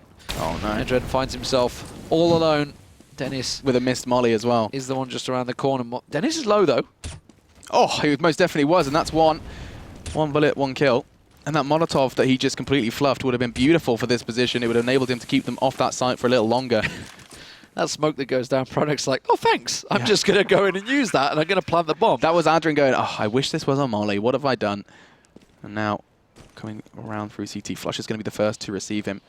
He's holding the perfect angle. Adrian's making plenty of noise. It's most definitely not an unannounced entrance into the site, but time doesn't allow for something like that. It is going to be Flusher who finds it. That's 15, and that was 4 for Flusher in that round. Yeah, big round for him. Big round for Fnatic. And now match point. 16-7 is beckoning. But Hellraisers, of course, can afford to buy themselves back into this one. Kucha picking up the ult this time. Is he going to trade it off to Mo? Is he going to stick on to us? Kucha did used to do a fair bit of AWPing before Mo joined that team, so yep, he's going to challenge double doors, but unfortunately for him, nobody from Fnatic there. Olaf is the only man that's going over towards long A. The rest of the team are piling fast into B. It's going to be a test for Adren, and it's going to be 1, maybe 2 even, if he just carried on spraying. Pronax looks to challenge, but he's running out of bullets. Just 8 left, and he's not going to be able to finish anything else off. Fortunately, Kucha and Angel are there as well. That's quick dispatch of Fnatic, and is that another foul flash? I'm not too sure. Pronax and Flusher. Flusher going for the plant. Pronax is the man that's standing watch. Will get it down. They're going to come on from every angle. This is perfect for Hellraisers. This is the ideal retake situation. It does look like it's going to be coming their way. So 8 then on the board, and my prediction wasn't looking so silly now. I'm feeling much better about myself. Yeah, mine's just slipped by, sadly. That was close though. But so there's the beautiful defuse animation, getting the jump leads out. Someone described it as diffuse spaghetti. Spaghetti, yeah, spaghetti. Like spaghetti fits because it's like when you're standing up and down, it's like wobbling around. And yeah, stuff. It does. It fits well, but Fnatic, are they going to force? I don't think they need to. They don't have the economy for that. And I want to be going into the next round with everything. Yep. So just a couple of pistols, 2 Deagle, 4 Flusher. It's all that they're going to go with. A couple of P250s, but we're going to see a train. Angel actually did go a little aggressive, got a good peek down there, which is why we're seeing him lining up those shots, but they know that mid is there. Dennis actually just Angel's nade. Angel's nade completely, yeah, 29 health. Completely chunked it down. Olaf as well. He's getting that little peek over in tunnels. He's been the one with the bomb, so is this going to be the full distraction for Fnatic while Olaf tries to sneak on through? Well, Kucha's in a perfect spot to just absolutely cut them down. Yeah, most definitely isn't. He's going to do that again. Dennis goes down. Adren's nade this time is connecting, and it's going to be very, very easy from Hellraisers. Is this going to be potential 4th for Kucha if he does challenge Olaf out? Olaf is going to maybe, just maybe, throw out a flash, and he is going to find the frag. Olaf looking to try a little more. Didn't quite recover. Oh, he did. He found the AK, so that's something. 50 seconds. Wanting to try and cripple Hellraisers as much as he can in this round. Doesn't look like it's going to be too likely, though, as he's going to get pincered in from 2 different angles. 9 then for Hellraisers, as Fnatic are still in search of that match point. Hanging on by a thread, Hellraisers, but that's all they can do. round by round, piece by piece, try and take down Fnatic. That was the train that worked for them in the second round, but it didn't work this time around. The distraction wasn't strong enough. And more importantly, Kucha was in the position to stop them. Fnatic are going to peek on. JW getting a look through that window. Is he going to tag anyone as they pass? No, didn't manage to get the tags down there, but the rest of his team, they will be pushing up. Mo's going to go aggressive, though. He's coming straight around short, but unfortunately for him, they've both already passed him by because they've gone so aggressive, they're straight towards CT spawn. Yeah, and teams are going to be starting to kind of shout at each other now, like, what? I thought you had mid. How did that happen? How did he get away with that? Fnatic just so quick to get some early map dominance and then immediately just back away. It's almost kind of reminiscent of their CT over on Overpass. Push out, come back in. This, however, is Dust 2T, and they are going to be just looking to try and build off of that initial block that Olaf found. Angel, though, does take JW out of the running, and that's big. And these double orbs from Hellraisers are going to pose a threat if this round gets any later. Smoke had to go back down, and suddenly it's a 4-on-3. What are Fnatic going to do here? They're held up in the middle at the moment. Pronax with that bomb, trying to find themselves any sort of picks, because every time they've peeked, they've had their heads blown off. And of course, Hellraisers, they've gone for 2-on-2 bomb sites. A and B both covered off. Mo and Fix over on A's site. B site covered off by Angel and Adren. And as it is, we have the static motion of Dennis. Staring, waiting. Hello? Cutting. Not too sure. Hello? He looks invisible as well on my screen. His legs are. Invisible legs. He's got the little crab walk going on there. Okay, not sure what's going on here. It's a worry. I don't like it when it goes and completely stops because that tells me the server's pretty much gone. Can you sing? Can we give these guys a tune? Like it's like kind of flash dance. Flash dance. Go TV reconnecting. That tells me that there is GG. It's GG. Yeah, pretty much is what it tells me right there. All right. Yep, that's what that's telling us. That's telling me that it went 16-9 and we didn't quite get to see the end of it. Thank you very much. Go TV. There it is. Yeah, Dust 2 in its beauty. And so that concludes our game. What a fantastic... What a fantastic ending. What you don't realise... It was a 3-on-4 as well. I really wanted to see how that one actually came out. How did Fnatic manage to pick that one up? Because there were 3 squeaking through the middle. They were in a 2-on-2 set. It was a good... You just saw how they did it. They danced them to death. Yeah, started doing their kind of weird leg jig in double doors and then just proceeded to pick up the Is that how the Swedes do it? That's how the Swedes... That's actually Fnatic's secret move. People at home, tell us how the Swedish dance works, the weird leg jig as it worked out against the Hellraisers guys. Not too sure who'd come out on top in a dancing competition. I reckon Hellraisers could give them a run for the money. Yeah, absolutely. But I think the dance off. I think that's something that we should look into. Maybe like a separate dance pro league for. I think Cloud9 have got it down. Oh yeah, I mean Jordan nothing would be all over that. They got the flash dance going in there. He knows. He knows. Either way, though, dancing aside, Fnatic pick up the win. Before we get any further sidetracked, that was of course a 16-9 victory over on Dust 2. Our next game is going to be. There's 2 games coming up, right? And both of them are very exciting for different reasons. Yes. You've got your French battle going on now, which is going to be our next game. It's going to be Envy versus Titan. Of course, they were probably not anticipating such a quick game, so there will be a short break before we jump into that one. But that's really exciting to see how, it's always fun to see how these two compare. You said yesterday that they played yesterday, so we've got a pretty fresh idea of how they kind of battled. I mean, it was on train yesterday. It's going to be a Mirage today, so very different map. Honestly, Envy put a lot of work into Mirage, from what I recall, going into the Intel Extreme Masters and the Major. So they're going to be feeling pretty confident in this one.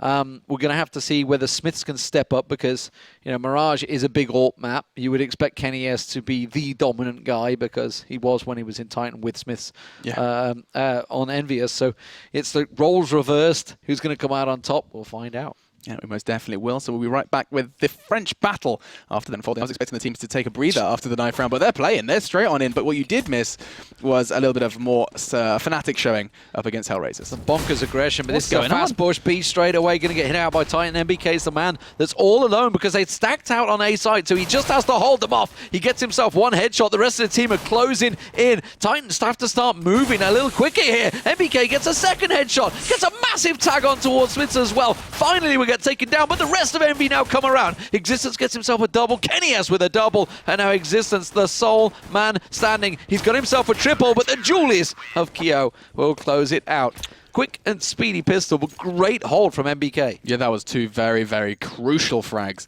as he was pressured on towards B. You do see Keo pick up a frag with the Julies, and of course we are on that new patch, so a whole lot of changes are in play, and we are going to be seeing a couple of changes for the CT side primarily, of course, with a change of the M4. Most likely going to be seeing a lot of more A4s. However, we did see a tweet actually from MBK stating that he actually felt like the A1 almost felt better to him.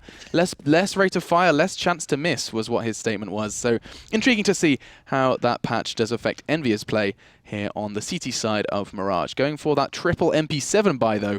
Pretty stacked up. Apex in a great spot. Will get himself only one, though. Shock's coming down, manages to pick him off, but they are holding passively. Now they're going to push on through the smoke. Bit of a mistake there. Kenny has caught out, trying to push on, overcommit. And now it's a 3-on-3 with the bomb planted. Titan are in a good hold.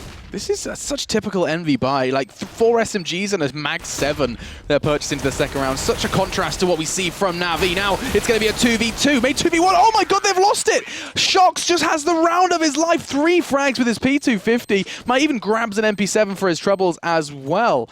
And Envy, they invested heavily into that one. They managed to pick up the first round relatively no questions asked, but Titan, they fought straight back. We just saw the same thing. Hellraisers picking up the pistol and then immediately throwing away. And well, that shouldn't really be happening for a T side on Mirage. Titan doing a great job there because Envy were actually in the right position, but for some reason they pushed through the smoke against them without really flashing it out correctly, and they could have just waited for it to clear out. But instead, now we're going to see some solid aggression. Apex getting a peek on ramp, but Titan have played this one cautiously. They're like, okay, we just picked up a round we probably shouldn't have. Let's just calm it down a moment and set ourselves up. Also kind of getting a feel for if there is a stack present. This is kind of their intel gathering mission. They're going to be just basically trying to get an idea of the numbers and where it hasn't worked out too well for them, actually, because it does look like they're about to walk right on in to Envy's domain. Keo, what was that? 1D against the brain of RPK. Smith fights back, though, taking Apex down close quarters. He had a perfect angle, actually. Apex could have done a lot of damage there, but fortunately RPK dealt with it nicely, and they're going to back into a corner. Happy could get a second here onto Existence, brings him low, and right back at them. Envy are doing damage. BK trying to push up connector, will get caught out. Kenny the last man. But like you say, look at the health. He's got a CZ. He can buck them all off. They're all flashing so heavily, but he will get picked off. 3 bullets could have ended the entire round for Titan there. That was deadly close. Like, Titan could very well be a little blushy after that one. But fortunately, they are going to be able to survive and go on in to another, well, pretty unarmored, ungeared Envy. They're going to have to go for the full save pretty much. Got a P250, actually, 2 P250s and a CZ for those that did start getting a few more extra frags. But it's going to be a case of what can you do with this? Stack up is probably the best option. They're going to be doing just that, as well as 4 members are about to go hunting for Shoxy. In close, will get a good dink down and takes down Shock. So that collects themselves an AK. They're going to back out of there, not going to keep on pushing while Existence goes hunting for it. And the rest of Titan are actually wrapping around through T-spawn. Yeah, this is really odd from Titan. A man, oh, hang on, or is this incredibly smart? They lost a man on A, so they figured that the CT side would immediately rotate. I was trying to read that. Almost, it's a double bluff. This is fantastic from Titan. They're pushing where they just had a fatality.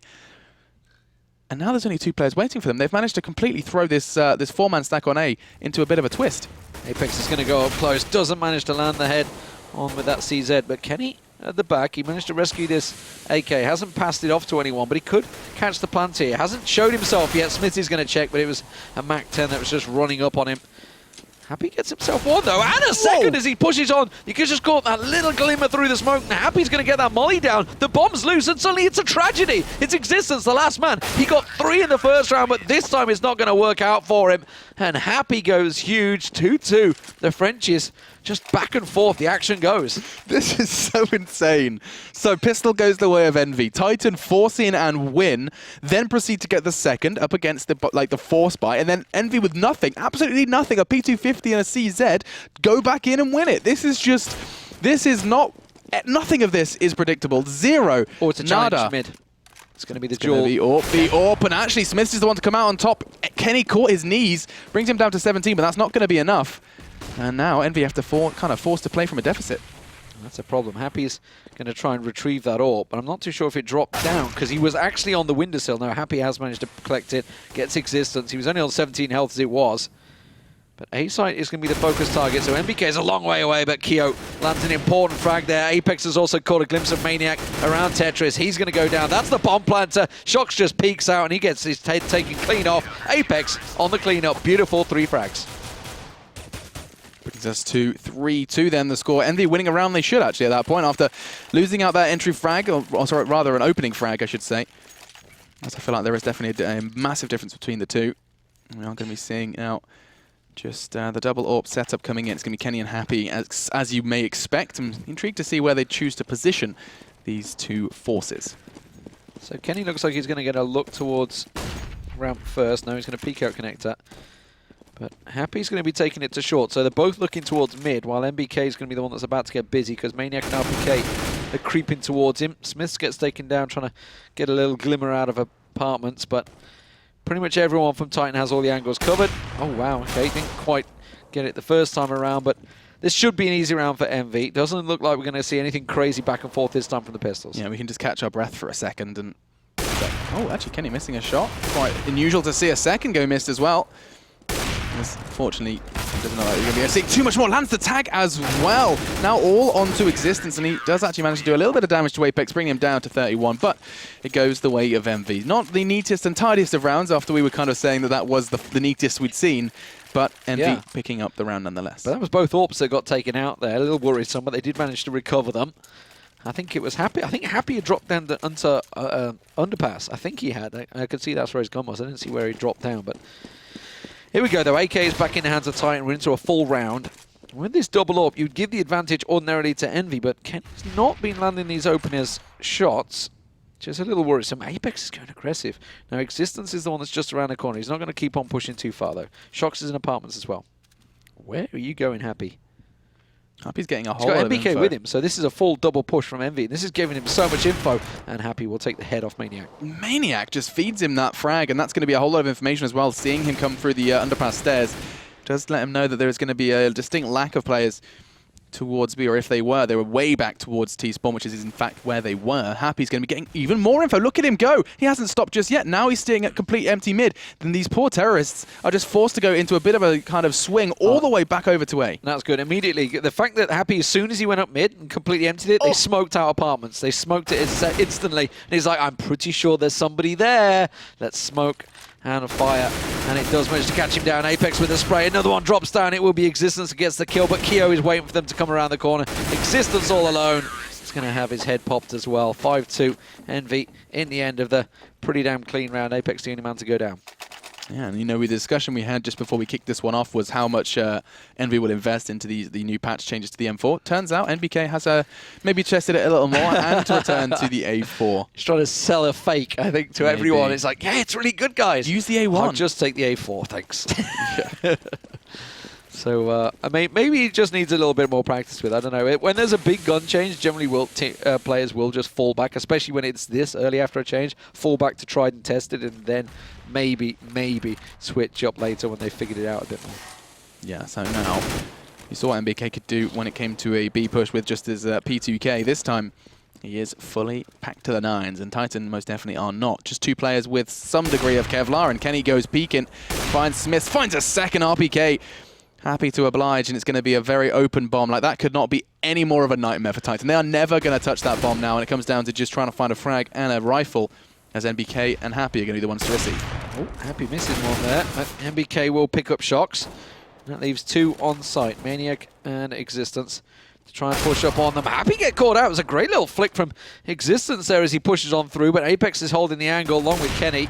Kenny could get his third here, but he's going to get picked off as well. Existence, he's going big here.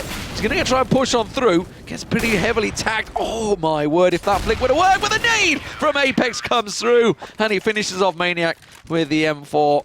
And what could have been for Titan there quickly got turned in their favor. So 6-2, you know, we didn't have really time to highlight much about this matchup coming into this one, but you said just before we went into it, saying that, you know, they had played just once since all of these changes, and it was a 16-7 result just yesterday in favor of Envious over on Train. So we're going to get an even more open opportunity to get a real taste and a test to see where Titan scratch up to Envy. Trying out a four-man stack at A with Shox being the guy that's going to try and come around the side, but they've pushed on through the smoke, and That possibly is a mistake, but Maniac's manages to find himself too. That nade should land and find its target. Smiths will get dropped. Happy picks up another, and now Maniac and Shock's the last two. Shock's still trying to go for that rope around. They'll get one, and tell you what, Happy's very low here. Ooh, that shot just rattling through. This is a good chance for Titan here to pick up a round. If they can find MBK on Tollbooth, they get him through the smoke, and now Happy is in a real predicament. He's going to have Shocks pushing up on him. He's holding the angle, but he absolutely has to land this shot. And now the bomb with Maniac's got across on through. Oh, the movement of Happy, the timing is everything. And big round from Titan there. That could easily have gone against them, but Maniac's double entries really worked out well for them. Yeah, two very, very important frags from Maniac. And, I mean, he's just picked up 2 times the amount of frags that RPK has been able to acquire. 0 so far for him on the scoreboard for Titan. So late into this game, I suppose it's quite surprising to still see that big fat 0. The only time I think I've seen that so far in the Pro League was Cadian for SK going 0-12. Well, there was also the 0-15 for, was it Zipnix or KGB? I can't remember which one it was. What, recently? No, not that recently. It was a couple of months ago now, but that was the one I remember clearly, because he went on a tear straight away afterwards after we called him out on it. But MBK picked off early by Smiths there, and this is a problem already. Titan going to move on in. Kenny's about to get around to Kitchen, though, so Kenny's going to hold the angle as they drop one down. RPK getting the bomb plant already in. Oh, actually, Kenny missing that shot as well. So both members of Envy with the AWP struggling to hit their shots. They're back in. They have to save it, because they can't risk losing too many weapons here, because obviously, of course, Titan did just pick up the last round. So Envy will be broke, and if they can keep hold of 4 weapons, it would be nice for them. Existence is going to be pushing up on Apex here. Both holding the angle. They know that somebody is there. Yeah, Existence is like, no, not worth, yeah. It does look like actually Happy's going to be able to find the feet of RPK. Brings him down to 15, but the hunt's still most definitely on. They would love to get an all-out play, but it doesn't look like it's going to be made likely, as actually 2 Titan boys do fall in the process, kept locked into that site by Envy. And Maniac actually did have his plug pulled, so we're going to be waiting to see him back in the server. 6-4 then is going to be the score, as Envy making a very wise decision, enabling them to have another shot at the next round before going into the eco. Yeah, 4 rounds already for Titan. Working out well for them, considering they didn't get the pistol on the board there. So it was a good response in round 2 and 3, but Envy had that little streak, which is what given them that buffer so far. There's 5 rounds back to back. And now, as he said, Envy saving 4 of those weapons has given them the ability to go into this as a full rifle round. They would have been completely flat broke otherwise. So we're just waiting for Mr. Maniac, isn't it, you say? Waiting for him to come back in, who's actually played really well already. Some good entries from him. What do we think so far? We guessed on the scores in the previous match. We got close. I had 16-7. I think I got it, didn't I? You had 16. No, it finished 16-9, unfortunately. I think I said 16-8 or 9. No, you said 8. I said 8 or 9. You can't say 2. I will get 8 and I'll record that sound clip and play it to you tomorrow. 8 or 9 was my exact words. No, but anyway, forgetting our predictions for the previous game. I'm going to go 16-14 on this one. Yeah, all the way. All the way, yeah. That would be exciting. I think that one of the people that needs to step up to get 16-14 would most definitely be RPK. Calling him out now. Let's see if he can show us what he's capable of. As we're going to be going back on in. Kenny not going to be given the opportunity, thanks to that smoke, to get the opening frag. But Happy most definitely is, as he's the one that's pushed up through short. And as soon as that smoke clears, he's going to have a way in. RPK would have heard that little vent pop there. Tried to get a glimpse towards it. I don't think they realise it's a double upset, but both of them miss RPK. They call him the tank, but they can't seem to hit him, that's for sure. Apex, though, pops around connector, gets himself 1. That was all the way from Tollbooth as well. MBK realising he's in a little bit of trouble. Has to back away. He's going to get the support just coming around from Kitchen. They're all going to stack around, but all waiting to drop down. But they managed to pick up the double. And again, Envy are in trouble here. Yeah, this is going to be the kind of fight or flight moment, and it's going to be probably a decision that needs to be made within the next few seconds. And then he does tag up on towards bench, and they just need one way in, one frag, and they'll start pushing. But that's 2 for Shocks. That's awful. It's all gone horribly wrong. Envy are going to be most definitely wiped out of this one. Happy's no-scope is just going to be a consolation at this point, but that's another for Titan. They witnessed exactly the same thing the round before. They tried to save, this time not even given the opportunity to. They blocked each other at door there. They did? 3 of them all blocked each other. Kenny wanted to take their shot, which he did, and then back away. But I didn't see who it was with the molly in hand, was pushing in, and then they just got blocked each other, and then all got caught out. You don't normally see that from pro teams. That is very unusual. That's like a matchmaking thing right there. 6-5 though, and now Envy, after saving those 4 rounds last round, finally they can't afford anything now. They're absolutely broke. So it is just going to be Apex holding on with his gun, and Titan are in a good position here on the T side now to even things up. Yeah, well, we did see Apex actually have some leftover cash, so he's invested into body armor and the rifle.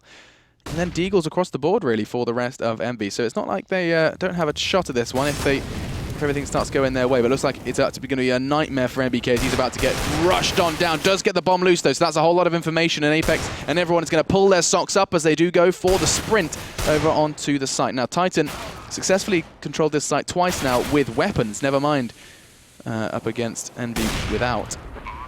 Does look like it's going to be a similar situation once again. Titan, they're finding a whole lot of success at B at the moment on this B T side. is working for them, absolutely. They've managed to walk in there, and actually Envy are leaving it pretty light. Like, MBK has been left there. Happy's pushing way up short or way down in towards underpass and just leaving him on his own, and that was a big problem. I mean, yes, it was a pistol, so even if it was a force bite, they have now got themselves their full arsenal, though. And Kenny and Happy with those AWPs once again. Haven't been too successful yet with the double AWP setup. Going to be a switch up from Titan, so mind games back and forth. Apex actually going very aggressive and finding Maniac on ramp. He has been pretty consistent, just pushing up towards ramp and being relatively patient as well, waiting for those frags as there has been kind of offensives taking shape on towards B.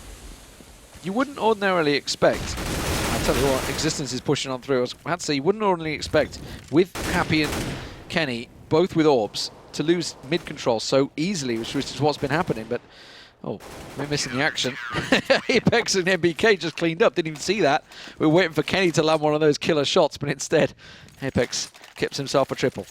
And I mean, you've raised an interesting point about how quickly we lose mid control when you're considering the double AWP investment. But I mean, it is Mirage. Smokes, you can literally completely remove those AWP presences with 2 smokes at this point, and that's when it comes into play of Apex over towards ramp, and he was the one bringing in those entries and defending the site quite nicely. I'm going to see Maniac just throwing that cross smoke. It's going to enable them to try and get some sort of control through middle once again. It's only going to be Existence with the AWP this time, and they are seeing Envy taking a leaf out of NiP's book with 3 AWPs this round. Yeah, that's pretty aggressive stuff, and a full investment, no doubt about it. Titan themselves are going for an A hit here. It's a big A hit. They're going to come in flashing. Keo, nice flash there. Gets the one out. Can he get the second? He was completely whited out there. Keo gets himself an easy, doesn't quite get the triple as Kenny steals it away, but oh, a very aggressive push from Keo there, getting caught out by Existence. 2 of them in connector. Existence couldn't find any of them, and Kenny goes on the cleanup this time around. This just still feels like chaotic CS. Yeah. We're just seeing like every game is just absolute chaos. It's just disorder across the board for everyone on the server at this point. I think what we're seeing is clearly the teams... change of pace. Relaxing a little after, you know, they've had the Intel Extreme Masters, they had obviously ESL 1 Cologne, the major. They've been all around the world over to Dubai, and I think we're starting to see them actually just relaxing, enjoying themselves, like enjoying Counterstrike again. Obviously there's a patch that's gone through as well, so there's a lot of learning cycle going on with the new hitboxes as well, so a lot of changes, and the teams seem to be looking to be having fun.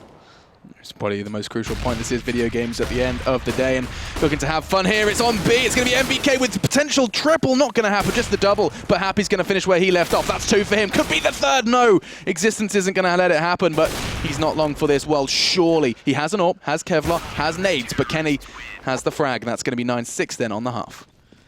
So, that's just about enough for Envy, maybe. T-side 9 rounds, not the best. That's very good, very comfortable. You can work with that. Well, you can work with it, that's for sure. But Titan, I think, are going to still be happy with 6 rounds. And you know, considering the start, they won, lost out on the pistol, and then immediately picked up those 2 rounds. It was a very good start for them. Obviously, they're waiting for somebody to rejoin. I think it's Apex RPK that's just rejoined, pop back in there. So once they'll be getting on the way in a moment, but 9-6, it's about as even as you can hope for.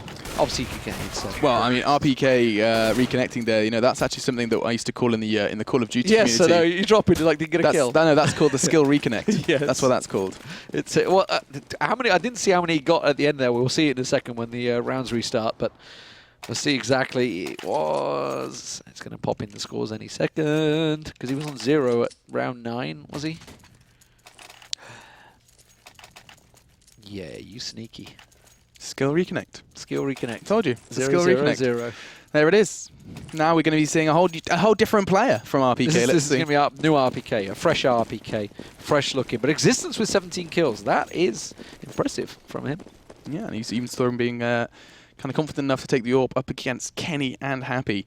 Now, this is going to be in a crucial Set pistol play. round. Envy do look like they have a set play up their sleeve, and I don't think Titan are quite ready for the wave of terrorists they're about to swarm onto the site. Not too much damage done early. RPK is going to be trying to find Kiyoshima. Doesn't hit the bullets, and he needs to. And now it does look like the bomb has most definitely gone down, and it's going to be a site that they're forced to retake. Kia's got himself a Zeus as well, but it doesn't matter because Shocks and Smiths have just come around the back and absolutely took their heads clean off. Bomb's still down though. Happy's got himself tucked in the corner. Kenny actually peeking from Sandwich, but Existence drops straight behind him. Happy's going to sit in the smoke. He's just lingering. They can't find him. Oh, he pops on through, but he can't find Shocks, who's gone big in his pistol. Gets himself an important double and a defuse. So Titan with the pistol. That's about what they wanted on that CT side. Danger times for Envy. I mentioned the fact that they did get those 9 rounds on CT. You can easily see teams going on absolute tear and picking up 10+ here on the CT side. Yeah, for sure. And I mean, I always have this debate with A. I always have this debate when you're going on, especially on pistol rounds, fast rushing, trying to get that bomb down. It doesn't necessarily always play out well for you because it's such a wide open site, so many different places that the retake can come from that you can sometimes find yourselves getting caught out once the bomb is down. And also, I never really happy when I see like 2 to 3 people pushing around CT spawn because it's just a wide open angle. It's just a simple corner both of you could pick out, and it's down straight dual skills rather than crossfire angles. You look at TSM, TSM will always sit right back. But here we go, MB going to try and burst on through. A lot of smokes going down, but don't forget, Titan are sitting on SMGs. Yeah, this is nice though from MB. They're just going to swarm into the site and make it their own. 3 frags already. Perfect smokes, enabling the bomb to go down. Flashes to support them, and this is beautiful second round plays from Envy. They've done it again.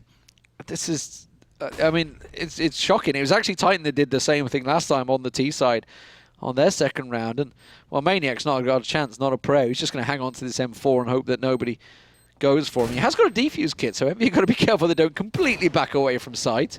We've seen some sneaky things. Oh my god, they have. No, he's not going to sneak in there. He's just going to sit and wait. Could have been a ninja. Could have been full ninja, but he's not going to risk it. Yeah, no time whatsoever. He's just going to back away and be happy to keep both the full armor kit and the M4. And Envy, what a fantastic second round here on the T side. Not too many weapons collected by Envy there, though. They only got the 2 M4s. I don't think they got anything else. Yeah, so it's just going to be AKs bought out. When they could have collected a few more, but I think they actually probably just didn't want the SMGs. They wanted to stick with the AKs. Yeah, most likely a bit of a kind of fool's mission at that point. And oh, did I just say, no, Scout. it's Scout. Sorry, coming in from Smith. I was about to say it It's all. got a scope. You're close. But no, I'm not sure. I'm not too sure how much damage he's going to be able to do with this. They got the armor, so that's a step. But they are stacking up 3 players over towards A. Existence cautious to just abandon middle. You can see he's got this horrible decision to make, and I think he is actually going to return to keep his eyes on middle. Slow though. RPK pushing up, but Envy's holding the angle. MBK is, sorry. Yeah, that's not going to work out for him. I mean, Apex had tried that a number of times, so very much a standard move, with especially when you know they're on pistols. Happy awaiting Shocks to push on through. Going through that smoke's not going to work out. Now they realise that's 2 down in A site. Are they going to switch up? Looks like they will be. Kenny's going back to pick up the bomb. I think we might see a rotation over towards A as Happy and MBK move in. And it's, yeah, Titan are kind of being toyed with a little bit here. Kyo's throwing out a smoke, and he's going to be hanging around B just enough to kind of keep 2 members there. Maniac and Existence are just still sticking around on B, whereas the entirety of Envious are about to swarm wrap into this A site. Smith, just with a scout, doesn't hit the shot he needs to, though. Going to hit the second either, as that's going to be pretty much the only chance he's been given. And Maniac, oh, just taking his time to find that frag, and bomb is loose. Actually going to find a second, though, but Kyo gets brought low, not low enough. And Envious do manage to not mess up too much into their 3rd round of this T side. So 11-7. Envy, solid performance from that one. You would expect it, though, with the pistols in hand. And it does mean that Titan, unfortunately, are going to have to go for a second save there. Ooh, big ping from RPK. I guess that's why there was the restart. Has that been the case the whole way? How did we not notice that? That may well explain the lack of kills. That would most definitely. Yeah. We'll let him off. We'll let him off. Okay. Maybe his internet hamster has kind of got a bit tired in the wheel. Happy and Shocks on 6 and 8 ping. What are they, Swedish? What's going on here? They're sitting on the server. But Almost Wow. LAN connections there they must be sitting on, but Happy getting a little peek. MBK and Happy are going to be the ones that are possibly opening it up. It's a stack on B site from Titan. And unfortunately that means Shox is all alone here with MBK coming one way and Happy coming the other. Both creeping forward. Yeah, Happy finds him from behind. And that's the rotate coming back out again. They're just like, yep, A side completely wide open. Keo picks himself up one on the way out. Apex is going to take control of mid. Oh, Happy, careful. Tries to go a little too deep as he pushes down the CT spawn, but the flash will work in his favor. Gets himself his triple. Bomb plant down and just Existence left. Yeah, so this is going to put a 12 then on the board for Envy, and it's going to be a bit of a kind of grind, a bit of a climb then for Titan to get back on into the action. This is going to be the first real legitimate buy, of course, going into this next round, and going to be a challenge to see what Smiths can do with the AWP, because I feel like it's most definitely going to be a necessity. But I mean, it's one they have to pick up, because it's going to be 12-7 now. If they don't win this rifle round, 13-7, potentially on a save, taking to 14-7. They're going to be on the last rifle at 15-7. So they have to win this round, really. It's a crucial one for Titan. Otherwise, suddenly it looks like, well, we're getting close to that 16-7 score they had yesterday. Pretty sure they don't want to repeat of that. Yeah, exactly. This is a real... This is make or break. They don't have the economy to purchase the AWP just yet. This is why this is such an important round, because they have gone full nades. They need to pick this one up, and it doesn't look like they're going to be expecting this play. This is going to be the first full A from Envy that isn't the pistol. RPK got himself in Dark Existence.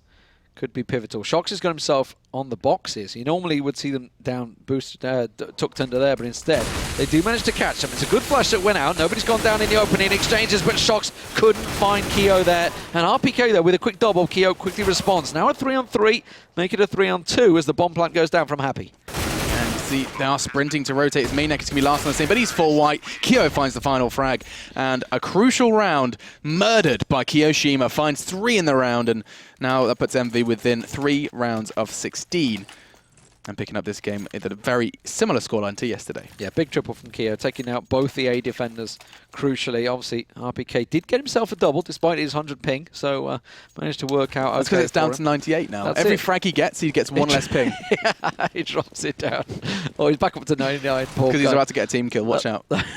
Watch out, Titan. He's coming for you. But yeah, Envy in a very solid position. Actually, I mean, to be fair, that is a real big problem for them. 100 pings... not unworkable, but it's a problem. At the moment, when you're against a team like Envious, they are going to make... I think tell that to North America. Well, that's very true. That's very true. I've seen players thinking Robbie Wiz, picking up some wonderful kills with 180 ping. Oh, RPK pops out, gets another one. He must be down to 97 ping now, because he's got himself an AK-47. Okay, now, Keo on the hunt for Maniac. PT50 for him, no chance in hell. Keo takes him down in 2. And now Shox actually does. Just the back of Kenny kind of had a decision to make, and it's going to be the wrong one, as he's going to get caught out from MBK, trailing behind the rest, and he's going to get 2 for his trouble. Yeah, that's... could have gone better for him. RPK, heavy footsteps, and MBK should be hearing them coming up behind him. Apex will take the one down. Actually, not too sure if he did. Oh, the timing as he goes around the corner, finds Apex. MBK will come back around and challenge him, though. It's going to be a quick little kill for him. 14-7. This is what I was talking about. Now they should be able to buy back up here, but as I mentioned, 15-7. It's a tricky score. If they don't win this round, it will be over. Yes, and I mean, we talked about it before. We talked about AWPs, and the first thing we said was, you know, if they can get AWPs, they will. Look at that, 2 immediately when the budget allows, and they're going to be seeing Existence and Smiths take that one into this one with the CT side. And of course, Happy and Kenny doing exactly the same thing on the T. So 4 AWPs in play currently here on DE Mirage. Crucial round for Titan yet again, trying to keep that 15 mark away from their French rivals. How is it going to go? Has to be a little slower. Happy and Kenny trying to line up the shots, but them smokes are working in their favour. As they just wait for them to clear. Looks like it's going to be a B hit. You can see that Maniac is going aggressive, and it's going to backfire on him. Keo will find him, and that's put Shox in a real awkward situation as all of Envy start to pour towards him. Yeah, bomb loose, so there's no kind of rush or haste to the T side currently. That's nice. Look at that connector play. They molly up close, smoke deep, and completely rule out connector. Oh, they've already pushed past the smoke. Out. We're going to be seeing, oh, this is NBK swinging around through shots, going to delete shots, and that's crucial. Keo gets another onto Smiths, and Envy look like they've made this one look far too easy, not taking a point of damage as they push on into the site. Yeah, this has been a fantastic round. Wow, from them. They're backing away, that's it. And that was actually the over-aggression of Titan. Maniac obviously pushing through. Sometimes it works out, sometimes it goes horribly wrong, and this time it's just made them look mediocre against Envy. 15-7 match point beckons. Existence does manage to get Apex as he comes around trying to pick up some more. Now there is 2 AWPs there, so Envy don't want to go too hyper-aggressive. RPK finding another one. This is actually getting decent for them. If they got to keep hold of these 2 weapons, though, going into this final round, this is so big for them. Keo's going to double flash himself around that corner, but Existence already backed all the way to ramp. RPK going down. No! Now, the final man being challenged. Existence, run, flee. Run for your life. The nades are all coming in towards him. They're not going to push him around the corner, though. He will hold on to that AWP. Oh, he was still pretty aggressive for someone that needed to keep that AWP, and he is going to be able to keep it in play. Enables him to buy a rifle, of course, so actually a real crucial save. It would have been nice if RPK could have kept his in play. We'd have seen a few more nades in the hands of Titan. But no, we're rocking on into this one with 4 rifles and the AWP as well, so Titan's still given an opportunity to keep 16 at bay. All right, what are they going to do? Are they going to try and answer some of the plays that Envy have been making, because they haven't really got themselves going on this CT side. They've only picked up the pistol. That was the only round they managed to get. And that's been a problem. Meanwhile, Envy has just looked comfortable. There's been a lot of rounds very much going their favour, just simply down to one-on-ones being won out. Yeah, and there's always been this kind of standoff between Keo and Maniac. They're having this kind of battle at B almost every single round, and looks like Smith is going to take Apex down, pushing through underpass. That's going to be the mid presence deleted, or some of it, because the others are about to fall as well. Shock stick NBK takes Kenny down to 39 as well, and this is pretty nice from Titan, demanding respect in mid, and Kenny costs Shucks his life, as it's going to be now 4v3. Actually, the fact that Kenny had the bomb there was a huge risk from Envy. Happy's edging out as well on RPK. Now, RPK down in dark. I think Happy's going to drop down on him, but it doesn't matter. RPK's not having none of it. And now a 4-on-2. Very tough one. Looks like they're going to be heading towards A site as well. And it's going to be Keo and Kenny. So, Molly, smoke for Keo. Molly for Kenny as well, or Incendiary if you want to be precise. And they're both coming from A ramp. And, well, you've got to assume that Existence lining up this one should be able to land these shots. Yeah, he absolutely can. Does take Kenny down just through the brickwork, and now all onto Keo. He is down as well. And so Titan live on. 15-8 then the score is. It's going to be Envy, who most definitely will be able to buy into the next one. Most of them sitting at around 10,000 mark, so their money is set for the majority of the rest of this game. Same can't be said for Titan. Still some of them struggling to, I was going to say struggling to. RPK and Shocks haven't invested into the helmet. Probably not necessary up against the AKs, but all the same. Very even kill spread for Envy. 20, 19, 19, 16, 13. It's a pretty good spread for them overall. Nobody's setting the world on fire, but everybody doing their job. Keo is one of those men, absolutely doing work for them. I mean, Apex is the entry fragment, but Keo has been landing shot after shot and working it. Apex, though, pushing on through Connector straight into Smith's crosshairs. A little over-aggressive because that was the bomb, and now that's left in Connector in wide open space. Now, this could spell trouble for Titan. Another one goes down. Maniac is going to be forced to watch. And look at Happy go. Envy are just fragging left, right, and center. Apex is the only one to have gone down, and this very well could be Envy picking up the win. Titan just doing one better than their game yesterday. Smith says no, though, trying to keep it exciting as he takes down Happy. And now Smith needs to make it an ace to keep his team in the running. Bomb's going to be going down at B, and Smith could pretty much not be further from B, as he has to first deal with Kenny in window. Not going to happen. One bullet from the Tech-9 secures it, and it is going to be 16-8 then, the final score in this French clash. A lot bigger than I thought, that's for sure. Very big score from them. So, one better than yesterday, 16-7 yesterday, 16-8 today. Unfortunately, though, Envy absolutely sweeping Titan to one side. The second thing on that T side, just CT, Titan just couldn't get going, despite the fact they won that pistol. How many times do we see people lose that second round? It's odd. It is where CS has become like this kind of, the second round's almost more unpredictable than the pistol. I mean, it most definitely is, of course, but I mean, when it comes to Force, you never before would anticipate so many 1-second rounds, but that's where we are right now. Also, tiny observation I made about Shocks was he had about 2.5 grand left in that buy into that round, and he didn't buy a single nade, not one. Don't know what that means, but I'm just going to let you guys know. So, I mean, maybe that's just because I'm entry fragging, I'm never going to need nades, but I really cannot see any justification in not investing in such an important round for his team. So Envy pick up the win then. So far we have seen Fnatic look pretty damn good. NiP besting Fnatic was our first game, and you most definitely need to watch that if you didn't. Do be sure to check it out on the Twitch VOD or on our YouTube as well. That's just youtube.com/ESL. So I mean, we've got one more game to bring, and this is going to be scary. It's a biggie. It's Fnatic versus TSM. It's one that everybody loves to watch, no doubt about it. It will be on Train, and that is a map you've got to give TSM the advantage on. Yeah, but it's a slim advantage. Yeah, I mean, TSM say they hate Train, but they're so damn good at it, it seems, on paper. So there's this crazy dynamic at play. And for Fnatic, it's one of those things. We saw it against Virtus Pro. You know, the rounds they win, and it's something that I mentioned back in Dubai.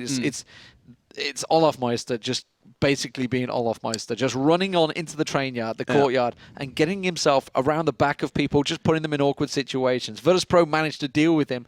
TSM probably going to look on that one. Yeah, I mean, whenever I think Train and Fnatic, I just imagine, and I've seen it time and time again, JW rushing Pop Dog with an AWP. Yeah. Like, just what are you doing? JW things is most definitely something to, a phrase we're probably going to have to prepare for Twitch chat going into our final game. TSM Fnatic coming up straight after this. The choice of side over on Train, one of the more important knife rounds to an extent, does enable you to start strong over on that CT hub, but also, you know, it gives you the option to start on T, I guess. I don't think that's ever going to happen in the world, but it could. And we have been seeing more often than not, actually, as of late. Like, I casted Train, you know, the NiP game, which was NiP Envy, and actually, more and more rounds were getting picked up on the T side. Yeah, it really can be down to the teams, and Fnatic do have a very good T side, but it was 16-6 last time they met on here to TSM, and that was in the Fragbite Masters in the offline match. So we'll see whether online is going to make a difference for them. It was, it looks like it will be Fnatic's going to be starting out the CT side, as you would expect. Once whoever wins that knife, it's almost a guarantee they're going to pick the CT side. So, what do TSM have in their bag of tricks? They did have a pretty impressive T side. It wasn't amazing, but nobody has an amazing T side yet. Yet. Yeah. I say yet. It is Train. It's still classed as a new map. I mean, yeah, this iteration is most definitely a new map. And look at TSM. Choo-choo. The Glock Train is coming into the station, and Flush is going to be the conductor. Make it 5 members all charging on towards him. They are going to come from the upper location. That flash is going to completely obscure his vision as they dive onto the site. And this is beautiful execution from TSM. They're already in. The bomb's going down, and they are all over the train yard. Yeah, completely caught Fnatic out there. They were going around the back. They were trying to get around there. JW's coming from behind. He's going to get tested by Device. Dennis trying to push on through, but Carrigan gets himself a double. There's JW trying to leap on over, and the Zeus strikes there. It's a little whimper there. Oh, when you get caught out by it. Fantastic. Well, I mean, if you ever want to see a perfect pistol round, Zeus kills and 5 men still alive is probably the closest you're going to get. So really impressive from TSM. The one flash as well, that one flash enabling them to get in completely unscathed. Yeah. Very, very solid start then from TSM, and we saw the dangers of this second round, especially for Fnatic. So let's see if Fnatic can make a dent, and you can see TSM are most definitely ready for this one. They're not going to let this one go away. Envy, they brought 5 SMGs second round. TSM, they've gone 5 rifles, and 4 of them are AKs. Yeah, this is a problem. We do see a Zeus on Olafmeister. I'm going to see where he goes with that one. He's coming out of Ivy, see if he can get close enough. JW, bomb plant going down. Still 4 members of Fnatic alive. That's pretty risky from TSM. I know they hadn't cleared out site correctly, but Device has hit himself a 3rd. And can he make it 4 as Olaf's going to come around behind him. He's got that Zeus ready. He's going to try and sneak up. His Device is just around the corner. Tries to rattle off those shots. Now's his chance to shine. He's waiting for Device's attention to get drawn. Oh, he missed it. Would you believe it? He gets the pistol nonetheless. But oh, that's the risk. That's the risk. It is a one-shot, one kill, or you miss it, you're in trouble. But Flush is going to try and pop around. CZ's not going to work out for him. TSM will back away. Another successful round. It feels odd hearing the Zeus without the kind of party putt sound effects behind it and the confetti coming up. But no, we are going to be seeing TSM pick up the second. Cost them 2, and we are going to see 2 AKs being forced to buy back into this one. So Fnatic be able to keep a little bit of a foot on TSM's economy, but still TSM looking to pick up the 3rd one as well. This is just Flusher with the Kevlar. Device had a big round there, but he's gone back to the Mac 10. Well, I mean, he knows what Fnatic are in, yeah. He knows they're going to be on nothing here. So this is probably going to be another fast one from TSM. Is it going to be... Oh, it's going to be a B hit, maybe. No. I think they're just going to go pile down. Pop Dog. No, they are. They're just going to train on through once again. It's Device leading the charge, and the Mac 10 strikes. Yeah, but I mean, what are you going to do here? They're stacked up. They're stacked on kidding? He gets it! He's going to get Karrigan down with the Zeus. He was insistent on making that happen after his shortcomings in the round just before. Pronax has one as well. Can we see it? Ooh, Flusher takes down Xyp9x all of a sudden. This round, which they have absolutely no reason to... Don't you dare! Oh my god, Flusher then picked up 2 already. Now it's a 1v1. This round, Fnatic had nothing, and fortunately, cajunB saves the day, but they could not have got much closer.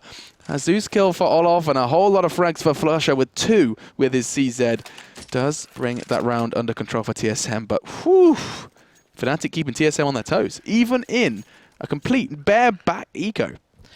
But 3-0 is the score, and TSM are in the lead. So they've made use of that very impressive pistol, perfect pistol round from them. But now we're seeing a bit of a split. So it's going to be 2 Device, KGB going over to Ivy, but Xyp9x and dupreeh going fast over to B side again. But the bomb has been left, and I think it's in JW's eye line. He's actually in Pop Dog. No, he was. It's just above. It's just above the ladder. I didn't see whether they'd actually thrown it down there, but dupreeh lingering through the smoke. Olofmeister and Flusher are the ones down in B. They're just testing the waters, trying to find anything at the moment. But JW's going looking. He's going to find Device. Yep, that's going to be an easy pickup for him. So TSM operating at a disadvantage already. And with a frag like that on A, maybe going to be considering some of their options. kajunB's been rather quiet towards Ivy side. It's him and Pronax that are having a bit of a battle here. It's a bit of a standoff at this point. He's going to go looking, and oh, Pronax. Wow. Very efficient as he does delete kajunB. And TSM, this round has kind of been slowly lost from a couple of individual plays from Fnatic. Not over yet, though. Xyp9x looking to make his presence known in Pop Dog. Fires off a warning shot, and Fnatic just lie in wait, holding these angles. Oh, JW, that's the one pass, but Dennis is going to know that he's going to be likely to coming up the rails or just slipping on through there. Karrigan, steep dive to his death. Down. Yeah, they fell down. Dennis picks himself up a quick, easy double. So, I mean, the damage was done in the opening start of that. JW going aggressive, actually, into A main, finding the kill. So Fnatic get themselves their first CT round, and that puts TSM in a predicament because they did lose so many weapons in that previous eco round. It means they're going to have to eco themselves. Yeah, and they're really efficient, actually, from Fnatic. It was really kind of refreshing to see Pronax winning out on that 1v1 up against kajunB. Just so neat and tidily as well. kajunB, of course, the one that secured TSM's round. Nice timing on that nade as well. Excuse me, as my body fights back. But so far, not too much exchange. And TSM, we saw Fnatic in a similar position, managed to pick up 2 frags. But Fnatic have made a few little adjustments. They were keeping one guy on B, and the other was sitting in Z connector. But this time, I think because they lost those B sites so easily, they've kept Olof and Flusher both there now, which has obviously put a 3-man defense on Ace courtyard, and that's where TSM are going to try and hit kajunB with the deagle. Finds Dennis. Is that going to open things up? Will it force Fnatic to over-rotate? Because TSM look to be changing direction. Maybe, hopefully trying to get that bomb down. I mean, that would be a dream scenario for TSM at this point with what they currently have equipped. Just the 2 deagles, kajunB and dupreeh, the ones wielding them, and I think that's kind of spoiled it a little bit. That's pulled Olof back. Olof back in Z connector, so now they're actually going to try and push out a Pop Dog. Pronax getting a little dink on him there, and he gets taken down. dupreeh again. Another one, but look at that. Olof and JW, quick cleanup, and suddenly there's only 2 men remaining. Make it 1 and 0. As finally Fnatic do clean up the courtyard. But they do take 2 with them, and that's pretty decent from TSM. Same kind of numbers Fnatic were posting with a similar buy. Of course, that does neglect to mention the round where Flusher managed to go insane with his double and bring it into a 1v1. Now, just the one kind of limitation buy onto TSM. It's going to be Karrigan who does take the Kevlar and the Tech Line, throwing out a real strategic decoy as well, which I'm sure is going to bring him victory. It's like burning $50. Never underestimate the power of a decoy. Pronax again, this time flashed out, challenging. Don't think he caught a glimpse of kajunB crossing a bite. JW going very aggressive with his AWP. Now Carrigan is around there. It's that Tech 9, remember. That molly not going to bounce into the corner where Carrigan is. So he's safe for now, but it means he's going to check around there. He's caught with a grenade in his hand, but he manages to get himself a shot onto Carrigan. Carrigan's going to be kicking himself there. He had an open chance.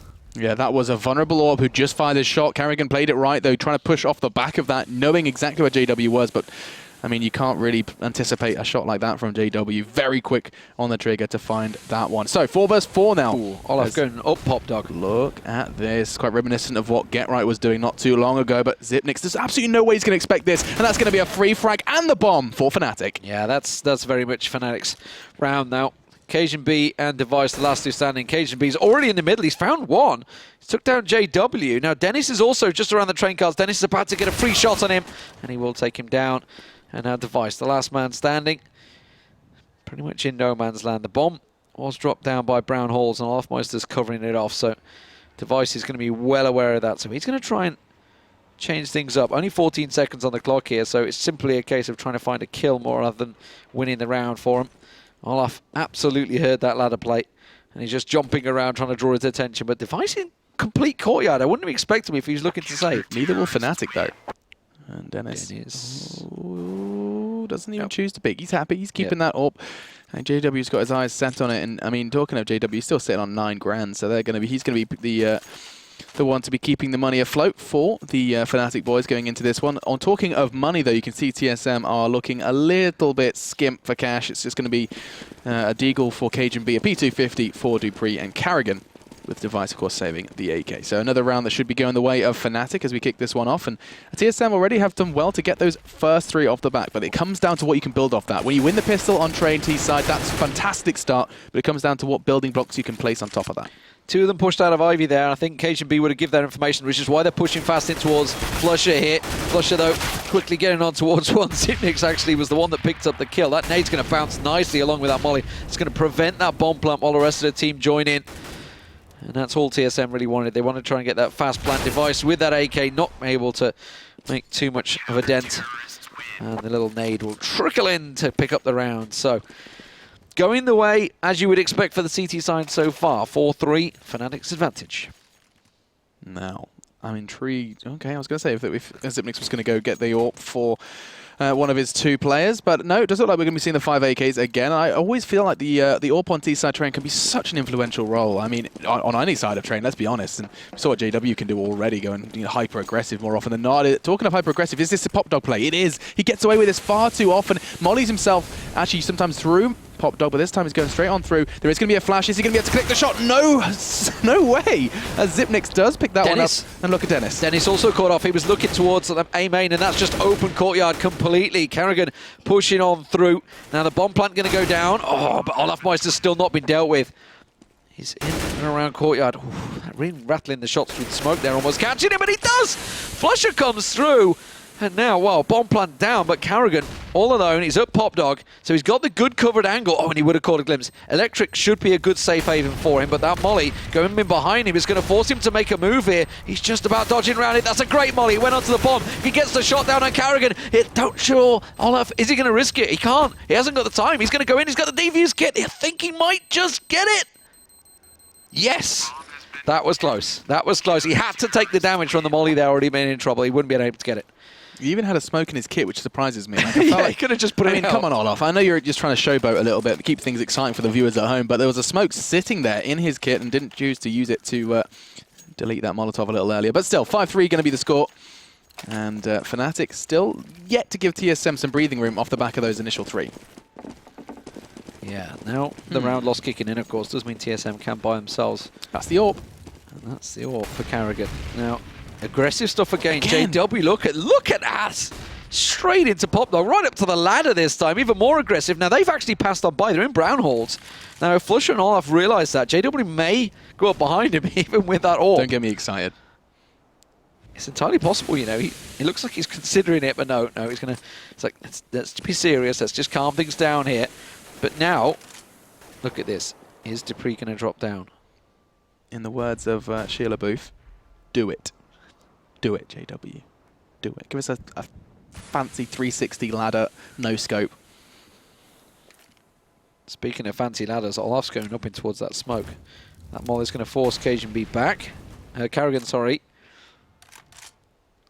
This time, Cajun B's coming back. Nobody's peeking. I think they know. They know that JW is waiting. Oh, he's going up.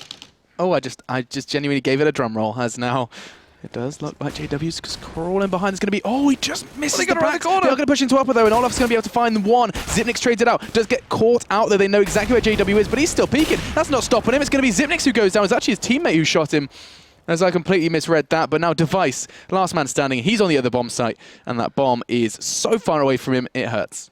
Yeah, they read that one really well, didn't they? They kind of knew it was coming. The fact that Olaf was already going up the ladder, ready and waiting for them to come through. Flusher was lining up the shot. Device will get one. It's going to be Pronax, and I think that's going to be him backing away. Just 2 seconds left on the clock. So Fnatic will pick up the round despite TSM's attempts to get in towards B site. B site was where they were successful before. That's where they were winning the rounds. But Fnatic, since picking up that round, have looked pretty much impeccable. Great CT side from them. Yeah, so far this could keep going the way of Fnatic, that's for certain, especially considering TSM's buy into this round. It's going to be just a 2-tech night. If they want to get kind of close quarter to this one, the only real way they're going to do that is if they push out on towards A. TSM have not once got through Ivy yet. Pronax has actually been a bit of a brick wall over there. It's true. They're coming out through main, and actually Dennis is in a prime position for the spray, but no, KGB, 1 bullet, 1 kill into the brain of Dennis, and now they do have a bit of a round on their hands. 4v4. Olaf is going to be making it a bit more difficult, but Zipnik fights right back as he takes down Flusher. Oh, the fast pace this time from TSM working out well for them, and Carrigan manages to land another. Now Olaf gets him down. So 1 in Pop Dog, 1 over in main. Device just tucked in around there. JW is still yet to be dealt with, and Olaf's going to be the one that tries to pressure it. That means Device is going to go looking, and JW, I think he realizes someone's above him. Going to go peeking around there. Device will get the one. No, drops straight down into JW. Couldn't have. I don't know whether he got lucky there, whether he realized JW was under him. He just sort of dropped off the train and went, oh! Oh, no, he missed his jump. That's what happened. Yeah. Missed his jump for the first frag and actually got a second, but that's going to be a much-needed round for TSM. A quick breather before, of course, Fnatic will buy straight on back into this one.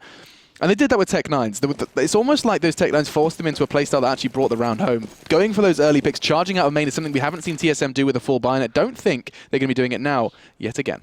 Fast smokes this time in towards Courtyard. Is that going to be a distracting force, or are they just going to push on through? They are. JW, though, look at this. He's in a great spot. Manages to get himself one. Tries to get a hook. Hops off the ladder. Goes back up the ladder. Maybe that new animation playing working for him, but Carrigan will get taken down. But Dennis...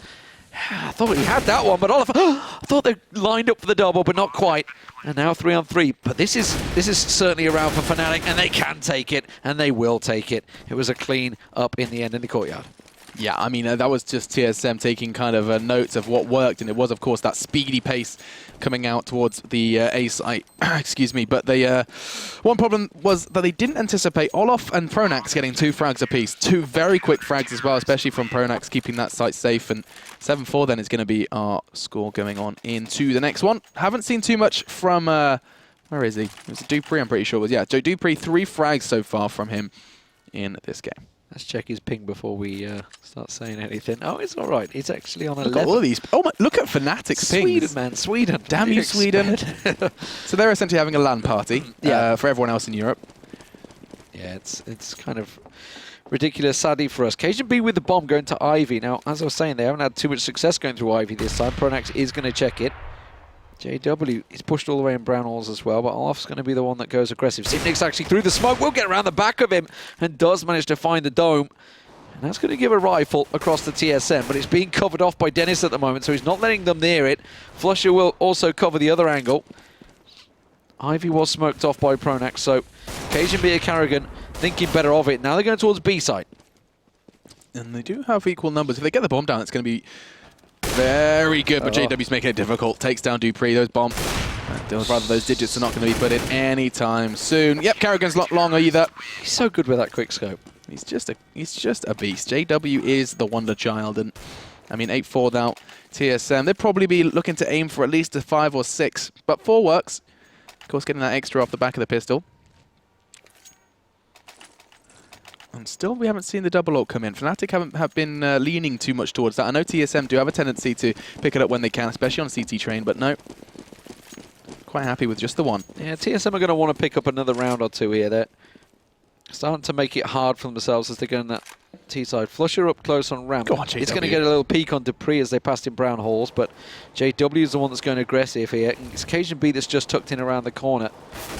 Meanwhile, a couple of shots rattle off. Cajun B gets one, but it's quickly answered by JW, making it an even trade. Devices over on A.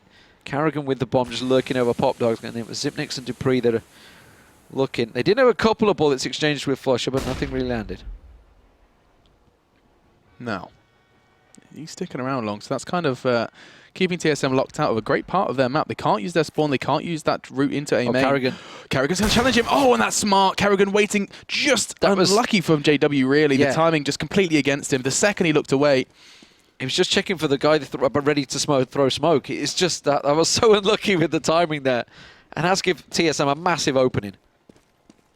Yeah, I don't know how much they're going to use it, though. 38 seconds, and they are still taking their time. They're absolutely not feeling any pressure, no rush, but they most definitely are not going to be expecting Olof from behind. He's taken the reins from JW. He's coming in behind. TSM have entered the site, but they're most definitely not expecting Olof here. Dennis on the train just around the side there, Flusher as well. It should slow down the plant. All they need to delay, and like you say, Olof coming round. He's going to catch Dupree. Not going to fire just yet. Hold it. Oh my God, he almost messed it up. He does manage to get it down, and now it is just Zipnix left standing. Oh, and Olof. Well, just pops around that corner. Get a little wiggle, because that was beautiful. That most definitely was. It was like probably around Pop Dog. I'll take your AWP. And even finds the frag, because that's going to be another for Fnatic. One more chance for TSM to pick up a round. Olof is scary on this map. I mean, he's having a good CT side. He's very good on the T side as well. He is. This seems to be one of the. You know, players will just have that one map where they're good at. Olof's got quite a lot of them actually. Yeah, but I mean, this map about seems to be very good for him. Yeah, he's definitely a real threat. I mean, 18 frags in the half. We've been seeing kind of a lot of individuals actually stand out individual performances so far in the Pro League. We're not going to be going back into this one. TSM with a shoddy buy. We saw what happened when they had Tech9s last time. Actually found success. But now, Flush is about to meet a whole great deal of Danes. If he doesn't back away, does. Throws down the incendiary, and that's going to give him a little bit of breathing room to back away, try and find some angles and get some teammates to him. Here comes the push, though. It's going to be Cajun B first to go down. Zipnix quick trades it out as Olof just emerges through the smoke with a flash, and this could be beautiful. This could be his 20th. Not going to happen, as Pronax is forced to pick it up. And it's just going to be Dupree then left with 9 points of health, and that's going to be 10. JW just runs on in there, and again another quick scope. But like, most people just don't get away with that sort of thing. They can't get away with that. But Fnatic pick up their 10th round, and it was a little worrisome at the start. It was a good start from TSM, but Fnatic have held their own very much on the CT side. And if they close it out at 11-4, I think they're going to be pretty happy with that. I am surprised TSM went for that kind of rifle-y Tech9 armory buy to not have a full buy in the last round. That's a slight surprise. It does mean that they're left with a and 2 Galils with limited nades, just the 3 smokes and, what is it, 4 flashes. JW going aggressive again. This is what I was talking about before. He Molotovs the bottom and then just sits there. It's this aggressive push. He basically claims Pop Dog very early on with an AWP. I mean, he's basically just making life more difficult for himself. Again, they've not once got through Ivy. Pronax just keeps them at bay. That one little smoke goes down, and a couple of shots rattled through. It looks like they really want to challenge it this time, but no, they're backing away again. They've not got through there once, whereas you look at most teams, especially look at Virtus Pro, they will push that all the time. You'll see Pasha go in there every single round trying to challenge it, but Pronax this time, if he challenges, Cajun B seems to have the angle, and he does manage to come around. This should be Cajun B, so they actually have Pop Dog Ivy control, and they're pushing down on Pop Dog onto JW. So this has to be a TSM round now. 5-on-3. They have no reason to lose it, but Dennis is starting to create one. Finds 2. The bomb's loose as well. TSM are starting to crumble under the boot of Dennis. 3. Now Cajun B and Dupree have to piece this one back together again. Olof is making it even more difficult, and TSM, this was their round to take. JW caught out of position. Fantastic pushing on with the entry frag as well from Cajun B, but Dennis has just completely destroyed that dream with 3 quick frags and 11-4. Lee, you're shaking your head. That should have been a 10-5. Now Fnatic, they've cut something quite nicely out for them on the T side. Oh my lord. They finally took over Ivy, finally. And then Cajun B didn't really push through it much. They're just like, okay, we got him. Let's go. Like, you push from every angle, but Dennis is just like, all right, okay, one there, back away, get another one, back away, get another one. Oh, lordy, lordy, lordy. How did that happen? Yeah, incredible stuff. That they're going to be kicking themselves because that should have been 10-5. It would have been a good half for them. They'd be happy with that T-side 10-5, but it wasn't the case. Now they're in a real tricky situation because Fnatic could pick up the pistol, and then suddenly you're looking at, what, possibly 14 rounds. That's kind of how train works these days, is that no matter how, whoever starts on that CT side, it then comes down to if they win the pistol. Like, if you're going to see that's why you see big scores, Yeah, exactly. So it does come down to, like, a very, very important pistol It's either a round. big score or a really close score. Yeah, and it is quite literally determined by this pistol and, of course, the second force as well. So, going into this one, TSM need this pistol, and they're, of course, on the CT side. Let's see where they place themselves as they go into one of the more important rounds here in the second half. Well, Zipnix is the one that's going to get challenged. Flush it. Hop, skip, and a jump as he goes past there, trying to land a couple of shots. Ironically, Pronax and Cajun B are going to be reversing the duel. Pronax's turn to challenge out, but JW on top of the train. Balls of Steel just comes on through and just takes down Device with ease. And that's give TSM something to contemplate. They've gone for a 2-2 defense. Carrigan's just lingering, but it's going to be B-side they're going to go for the hit on. And Zipnix does manage to get himself one on Flusher, but will be taken down. Dennis is the man once again. Happens again and again. Dennis has been truly influential in these games for Fnatic tonight.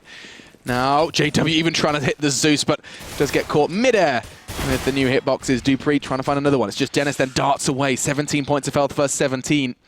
Excuse me, 73. Now, looking to do something with this one. Dupree just darting around, and Dupree does pick it up. Dennis was dancing with the devil, and TSM are going to fight on as they pick up the pistol. That's huge for them because that was, what, 17 hit points there left. You would put it down that Dennis would win that duel. He just absolutely wrecked them in B-side. I think Dennis thought he had as well. That's why he was so aggressive. But a triple for Dupree there, saving TSM because they were in on site quick, but Fnatic were so solid. But they forced it. They've gone with that Tech 9. You can see Dennis coming in. There's also JW, who's doing a lot of work with that CZ in the past. But TSM have got a good hold on A-Yard. This is going to be tricky for them. Yeah, but they are pushing up fast. Cajun B has the potential to really just shred them with the MP7 hit. Looks like he may very well just do that. Device has started as well with the FAMAS. As Fnatic do have armor, and so that SMG will be struggling a little bit. Dupree will not with the M4, opting for the A1 as well. It's worth noting. There's Fnatic, 2 members left. They know exactly where Olaf is, and he's low. And Device is slantedly going hunting.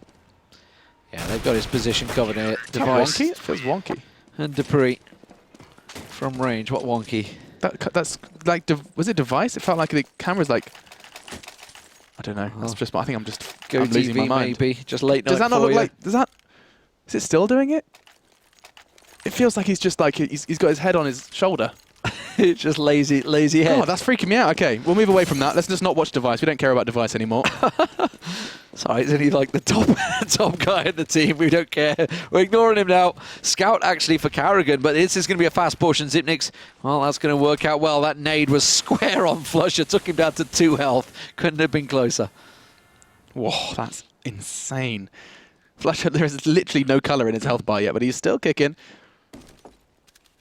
Carrigan going for that jump scout. Of course, there is counterplay now, thanks to those new hitboxes, and I have a big smile on my face that I can say that with conviction. Oh, and Carrigan does find Dennis's head. That's a big start, and this should be TSM 7th now with a very heavily tagged up Flusher. Just really the only kind of slight bit of equipment that they have acquired is those 2 Zeuses, and JW goes on a bomb retrieval mission, and success is found. He actually didn't expect to get out of that because he picked it up and immediately threw it back to the corner. Take it! Take it from me! I'm going down. Not quite sure JW is that girly, but they're all going straight to Device. Here he goes. Slanty Device. It's going to get themselves a triple, and it's going to pop out and make it a 4K. So easy stuff for him there. So, okay. This is the round. This is the round that Fnatic make their comeback, or TSM suddenly kick into overtime. Yeah, so this is the first 3. We saw exactly the same case for TSM beforehand. They got the first 3 off the back of the pistol. They've done exactly the same here. So far, 100% success rate in terms of how well you can build off the pistol. 6 of their 7 rounds have been those initial 3 on either side. So that's big from TSM. Now it's crunch time. Against a fully bought up, I say fully, no AWP in play for Fnatic, but they are going into this one with a better buy than TSM. Let's see where that bomb goes. JW is the one that's got himself into the train yard. He's got Pronax alongside him, but they're going to back away. Because that smoke keeping him off guard. Cajun just tucked in, but Olafmeister's coming straight through Ivy unhindered. There's nobody that's actually kept him at bay here. Pronax is going to get around the back, and this is really Fnatic's round now to win because they picked up every single angle. This is really what TSM weren't doing when they were coming into the train yard. They weren't covering off every angle. Kerrigan not managing to land the first, gets the second down, but in the end, the fact that Fnatic were literally coming from every angle possible on that train yard gave them a big advantage with the crossfire.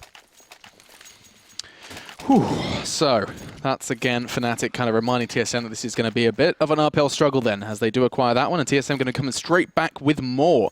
They did have that limited buy. They stuck around with like the 2 FAMAS and a scout into that one, so they hedged their bets. They had a go, didn't quite find enough in that round, and going to be going straight back with Kerrigan on the AWP. Alright, is Zipnik's going to go complete aggression? No, he's not. He's going to hold himself back. Oh, but Pronax has gone so fast through. Pronax is straight on towards Cajun B, gets himself another on device. I managed to watch that on the mini-map. He just piled through there. That's normally what you see Olaf doing, but instead, Olaf, I should say. I keep saying Olaf, sorry, that's habit of old League of Legends. You've been watching too much Frozen. No, it's League of Legends in my head, that is. Really? That's totally what that is. But Zipnik's is not going to be able to hold them. And Wow, Pronax is just absolutely ran straight through the courtyard there. Nobody even took a shot at him. That was such a quick round as well. TSM, they put so much into that and have nothing to show for it. Now Fnatic sit at 13 and they're going to have to sit. Actually, watch this round fall by the wayside. I say that, tell a lie. Look at that investment. Full nades, even going for the full armor and the CZ57 combo, even a deagle for Cajun B. As they are going to be desperately trying to pick this one up. They are going to hopefully be anticipating a little bit of extra pace as well from Fnatic off the back of what Pronax did. And talking of pace, look at that, Fnatic. They're looking to make their presence known on B. Good flash from Zipnik, so it will slow them down. But there's not really a great deal they have to actually stop this steam train if it is to come through. Dupree's going to try and sneak up on Erlof. Got himself just around the corner. Just going to re-smoke it instead. I think Erlof's going to realise that was a very close re-smoke. And will just step away. Yeah, he's not going to fall out. He realises that, you know, close-range pistols actually can do damage. But there's a triple stack from TSM on B site here. They may catch Fnatic off. This is so important for TSM. They've invested so heavily. This is pretty much kind of counting on picking up this round. Otherwise, we're going to be seeing Fnatic get to that 15 mark. Here we go. They start as they mean to go on. Pronax now down, but immediately traded out by Dennis. Kerrigan is back. Gets a second. Whoa. Oh my God, that's huge. Now just 2 remain. JW and Olaf's not looking the healthiest of times. And JW with this AWP against these pistols actually could be tricky for him, but you know, JW does do some crazy things. Cajun B's actually going up plug as well. Olaf is finally coming around the back, but if Cajun B gets up behind them, this could be massive. JW is going to get himself an angle all around the side, but nobody's showing for him. Oh, Olaf's caught onto us. He realises that somebody's coming around the back of him. It's going to be Cajun B, and he will shut him down, and now JW is all alone.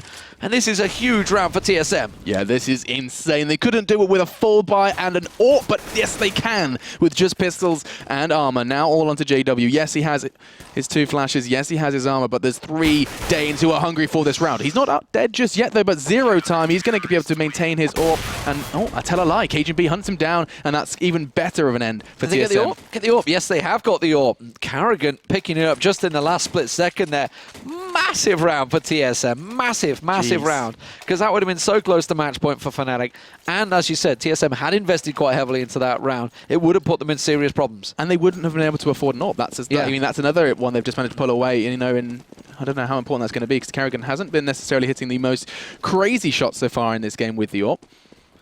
Definitely most of his frags coming from the rifle as Fnatic have just strolled on straight into the site. Pronax getting this early positioning always excites me.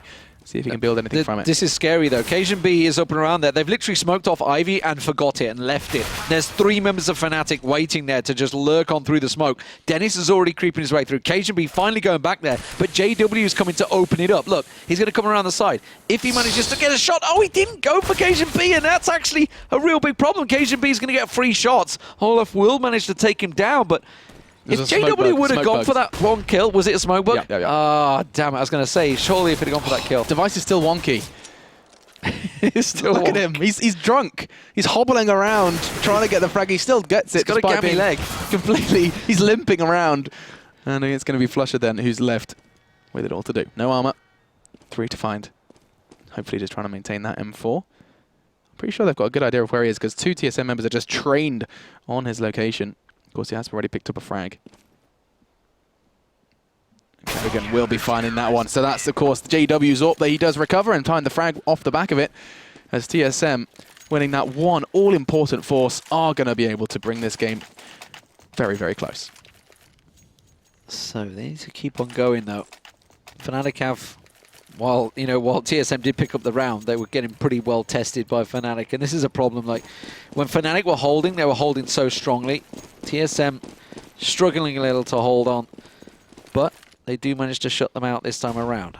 This time Fnatic, Olaf is already, again, out in that train yard. This time dupreeh should check it, but those nades coming in, catching on towards him. He's actually smoking off. Okay, that's how they're dealing with him. They're just basically smoking him off and saying, you will not push through here. And dupreeh gets JW through the smoke. Olaf just actually flashes his way through it. Goes through, gets dupreeh down, and now they're in real trouble. Device and KGB are off just around the side, but he gets himself another. This time it's Pronax that's pushed on through, and TSM are dropping. This is actually very much what we saw from TSM beforehand. They did exactly the same thing. They weren't quite met with the same defense, though. This bomb's going to be going in courtesy of Flusher. Down to Xyp9x and Kerrigan then to keep TSM in the running. Kerrigan does have his 5-7 draw. Flusher's going to, he's going to show just enough for Xyp9x to find the frag. And Kerrigan's made the call as well. He caught a glimpse of Olaf. Clever play as well. Xyp9x is purposely delayed there. He's waiting for Kerrigan to get around the back of them. Now he's pushing on through. They're going in as a 2, but unfortunately they're not able to find the angles. Dennis is lurking around the corner. Olaf also. They have them in a crossfire. Good little defense from Fnatic. A good little defense from Dennis, who has really been an influential force. He's sitting, I was going to say second on the scoreboard, rather third under JW and Olaf, but still really good to see Dennis fragging as much as he is. 27 kills. Yeah. He's having a huge game on train once again. I actually, sometimes I feel guilty because I get to that point where I see scores like that and I'm like, oh, it's just Olaf. You know, like, how on earth have I got, I've become like, what's the word? Jaded? Jaded, I have. Jaded. I've become jaded because Olaf is always hitting these kind of numbers. And I mean, 27 is an astounding result for him as an individual here on train. He's going to try and get up close. Now, this worked out well for them last time they stacked out on B site, but Device is the only one with a rifle. This time, it's not quite so close, though. Device is up in sniper with that rifle, so they've managed to plant him up there, but it does mean that Xyp9x is on his own on B side. dupreeh going in towards Dennis. Just waiting for him. Just waiting. Oh, he's going to flash down. This is not good for dupreeh. He's going to get flashed out. Is he going to drop on down, though? Didn't follow through.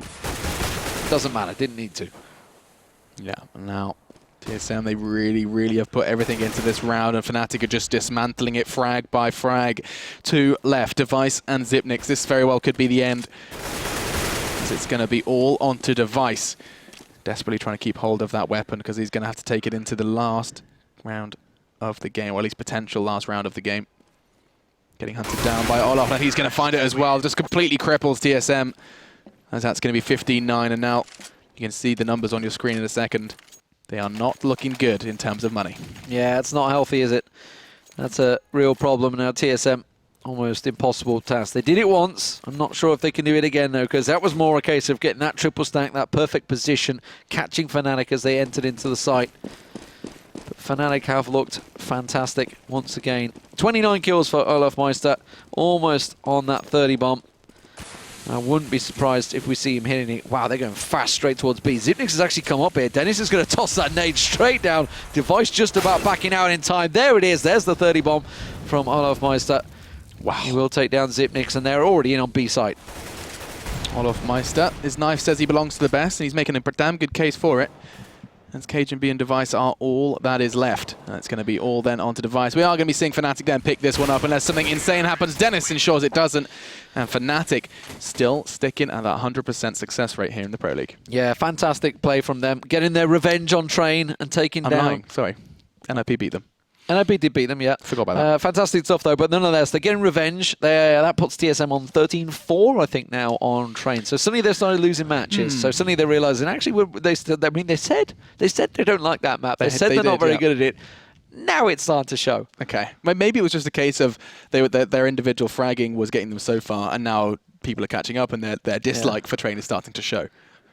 For me, I mean, I'm no expert. Let's put it this way, but they didn't push through Ivy once. That was the big issue. Yeah, and if you compare it to, say, Virtus Pro, when Virtus Pro played Fnatic, etc., They go through there. Fnatic as well were doing the same. True. You know, you've got to come from every angle, and that once you start coming from just one side, and Fnatic realised it, makes it easier to defend. That's actually a very good point. The fact that, and it wasn't like Fnatic invested an awful lot into Ivy as well. It was Pronax. No, they were just literally smoking, sit there. A couple of shots Pronax through gets a frag on Cajun B, and occasionally they'd push it, but that was about it. There was almost one round, I'm pretty sure JW went aggressive on it. Yeah, Olaf also came around the back as well. Yeah, secondary. Yeah, that's right. So, I mean, Fnatic picking up the win there, and it's good to see them looking in good form, even without Crims kind of guiding him through. Well, I mean, when Dennis comes in, he's not a bad replacement, is he really? No, Absolutely fantastic. Not at all. Yeah. I mean, he played fantastically, and I'm not taking anything away from him, but you always have to just take a chunk out of a team when there isn't that fifth man there. Well, when you can get a sub player that comes in and top frags in 2 of your games,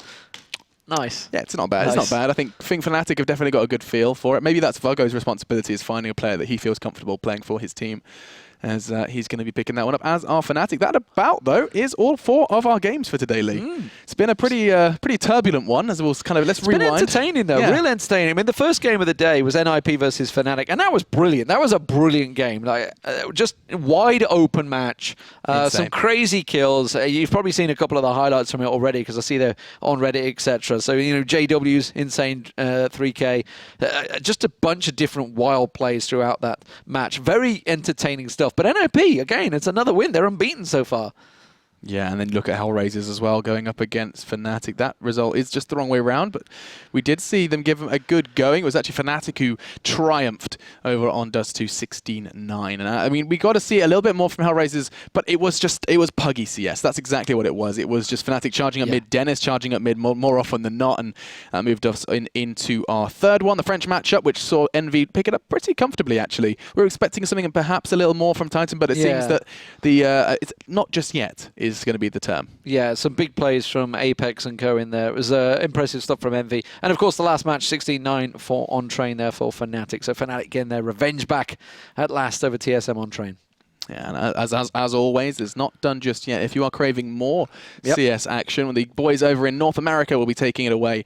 It's usually in about like 3 hours time. At the time is, it's like 2 hours CST? again. 3 hours again, yeah. 3 hours time.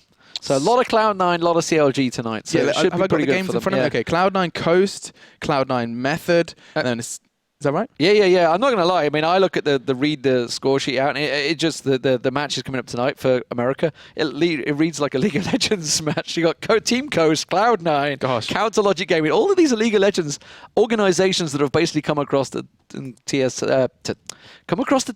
Well, there's another one right there. Come across the Counterstrike and actually doing really well. Yeah, Cloud9 and CLG, you're going to be seeing 2 games from both of those teams. So do keep your eyes open for that one. That's going to be kicking off very soon. That's going to be kicking off.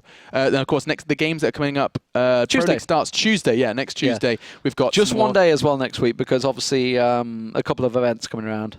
Oh, yeah, for sure. So we've got, hello, Navi TSM to start things off. Big day. Big day. Yeah, Navi TSM. Are the changes happening? Who knows? We'll find out. What's the recent one? The recent one I just saw was Caesar's left, apparently. So first we had Guardian replacing people. Who knows? Now Caesar's gone. Who knows what's happening in Navi? Unless any confirmation, forget what you read, basically, until you see the official thing from Navi. But Navi TSM, big game there. Navi had themselves a pretty good start to the league, but then they've really got a tough day ahead of them. Yeah, I mean, that is a trial by fire, going in against TSM and then up against Fnatic straight after. And then NiP Fnatic again. So that they only played each other twice in the season. It's going to happen again next week. All right, so we're going to have to keep our eyes deadlocked onto that one. It's going to be on Dust2 as well, so that's really going to be worth a watch. And I mean, our final one, even more of an exciting one as well, because we get to see NiP TSM for the first time. Here in the Pro League, of course, not the first time. First time ever. That would be surprising. But no, that does kind of conclude our day of CS. It's been a pleasure, and I did all 3. I had the pleasure of doing all 3. I got a real good taste of what the Pro League is going to be bringing us. Saw some shortcomings from SK. Saw the absence of Flipside not being too noticeable just yet, because of course SK do have a couple of individuals to keep your eye on. More from NiP as well, and we're hoping to see you guys back for the NA side of things. And if not, we'll see you Tuesday for more EU.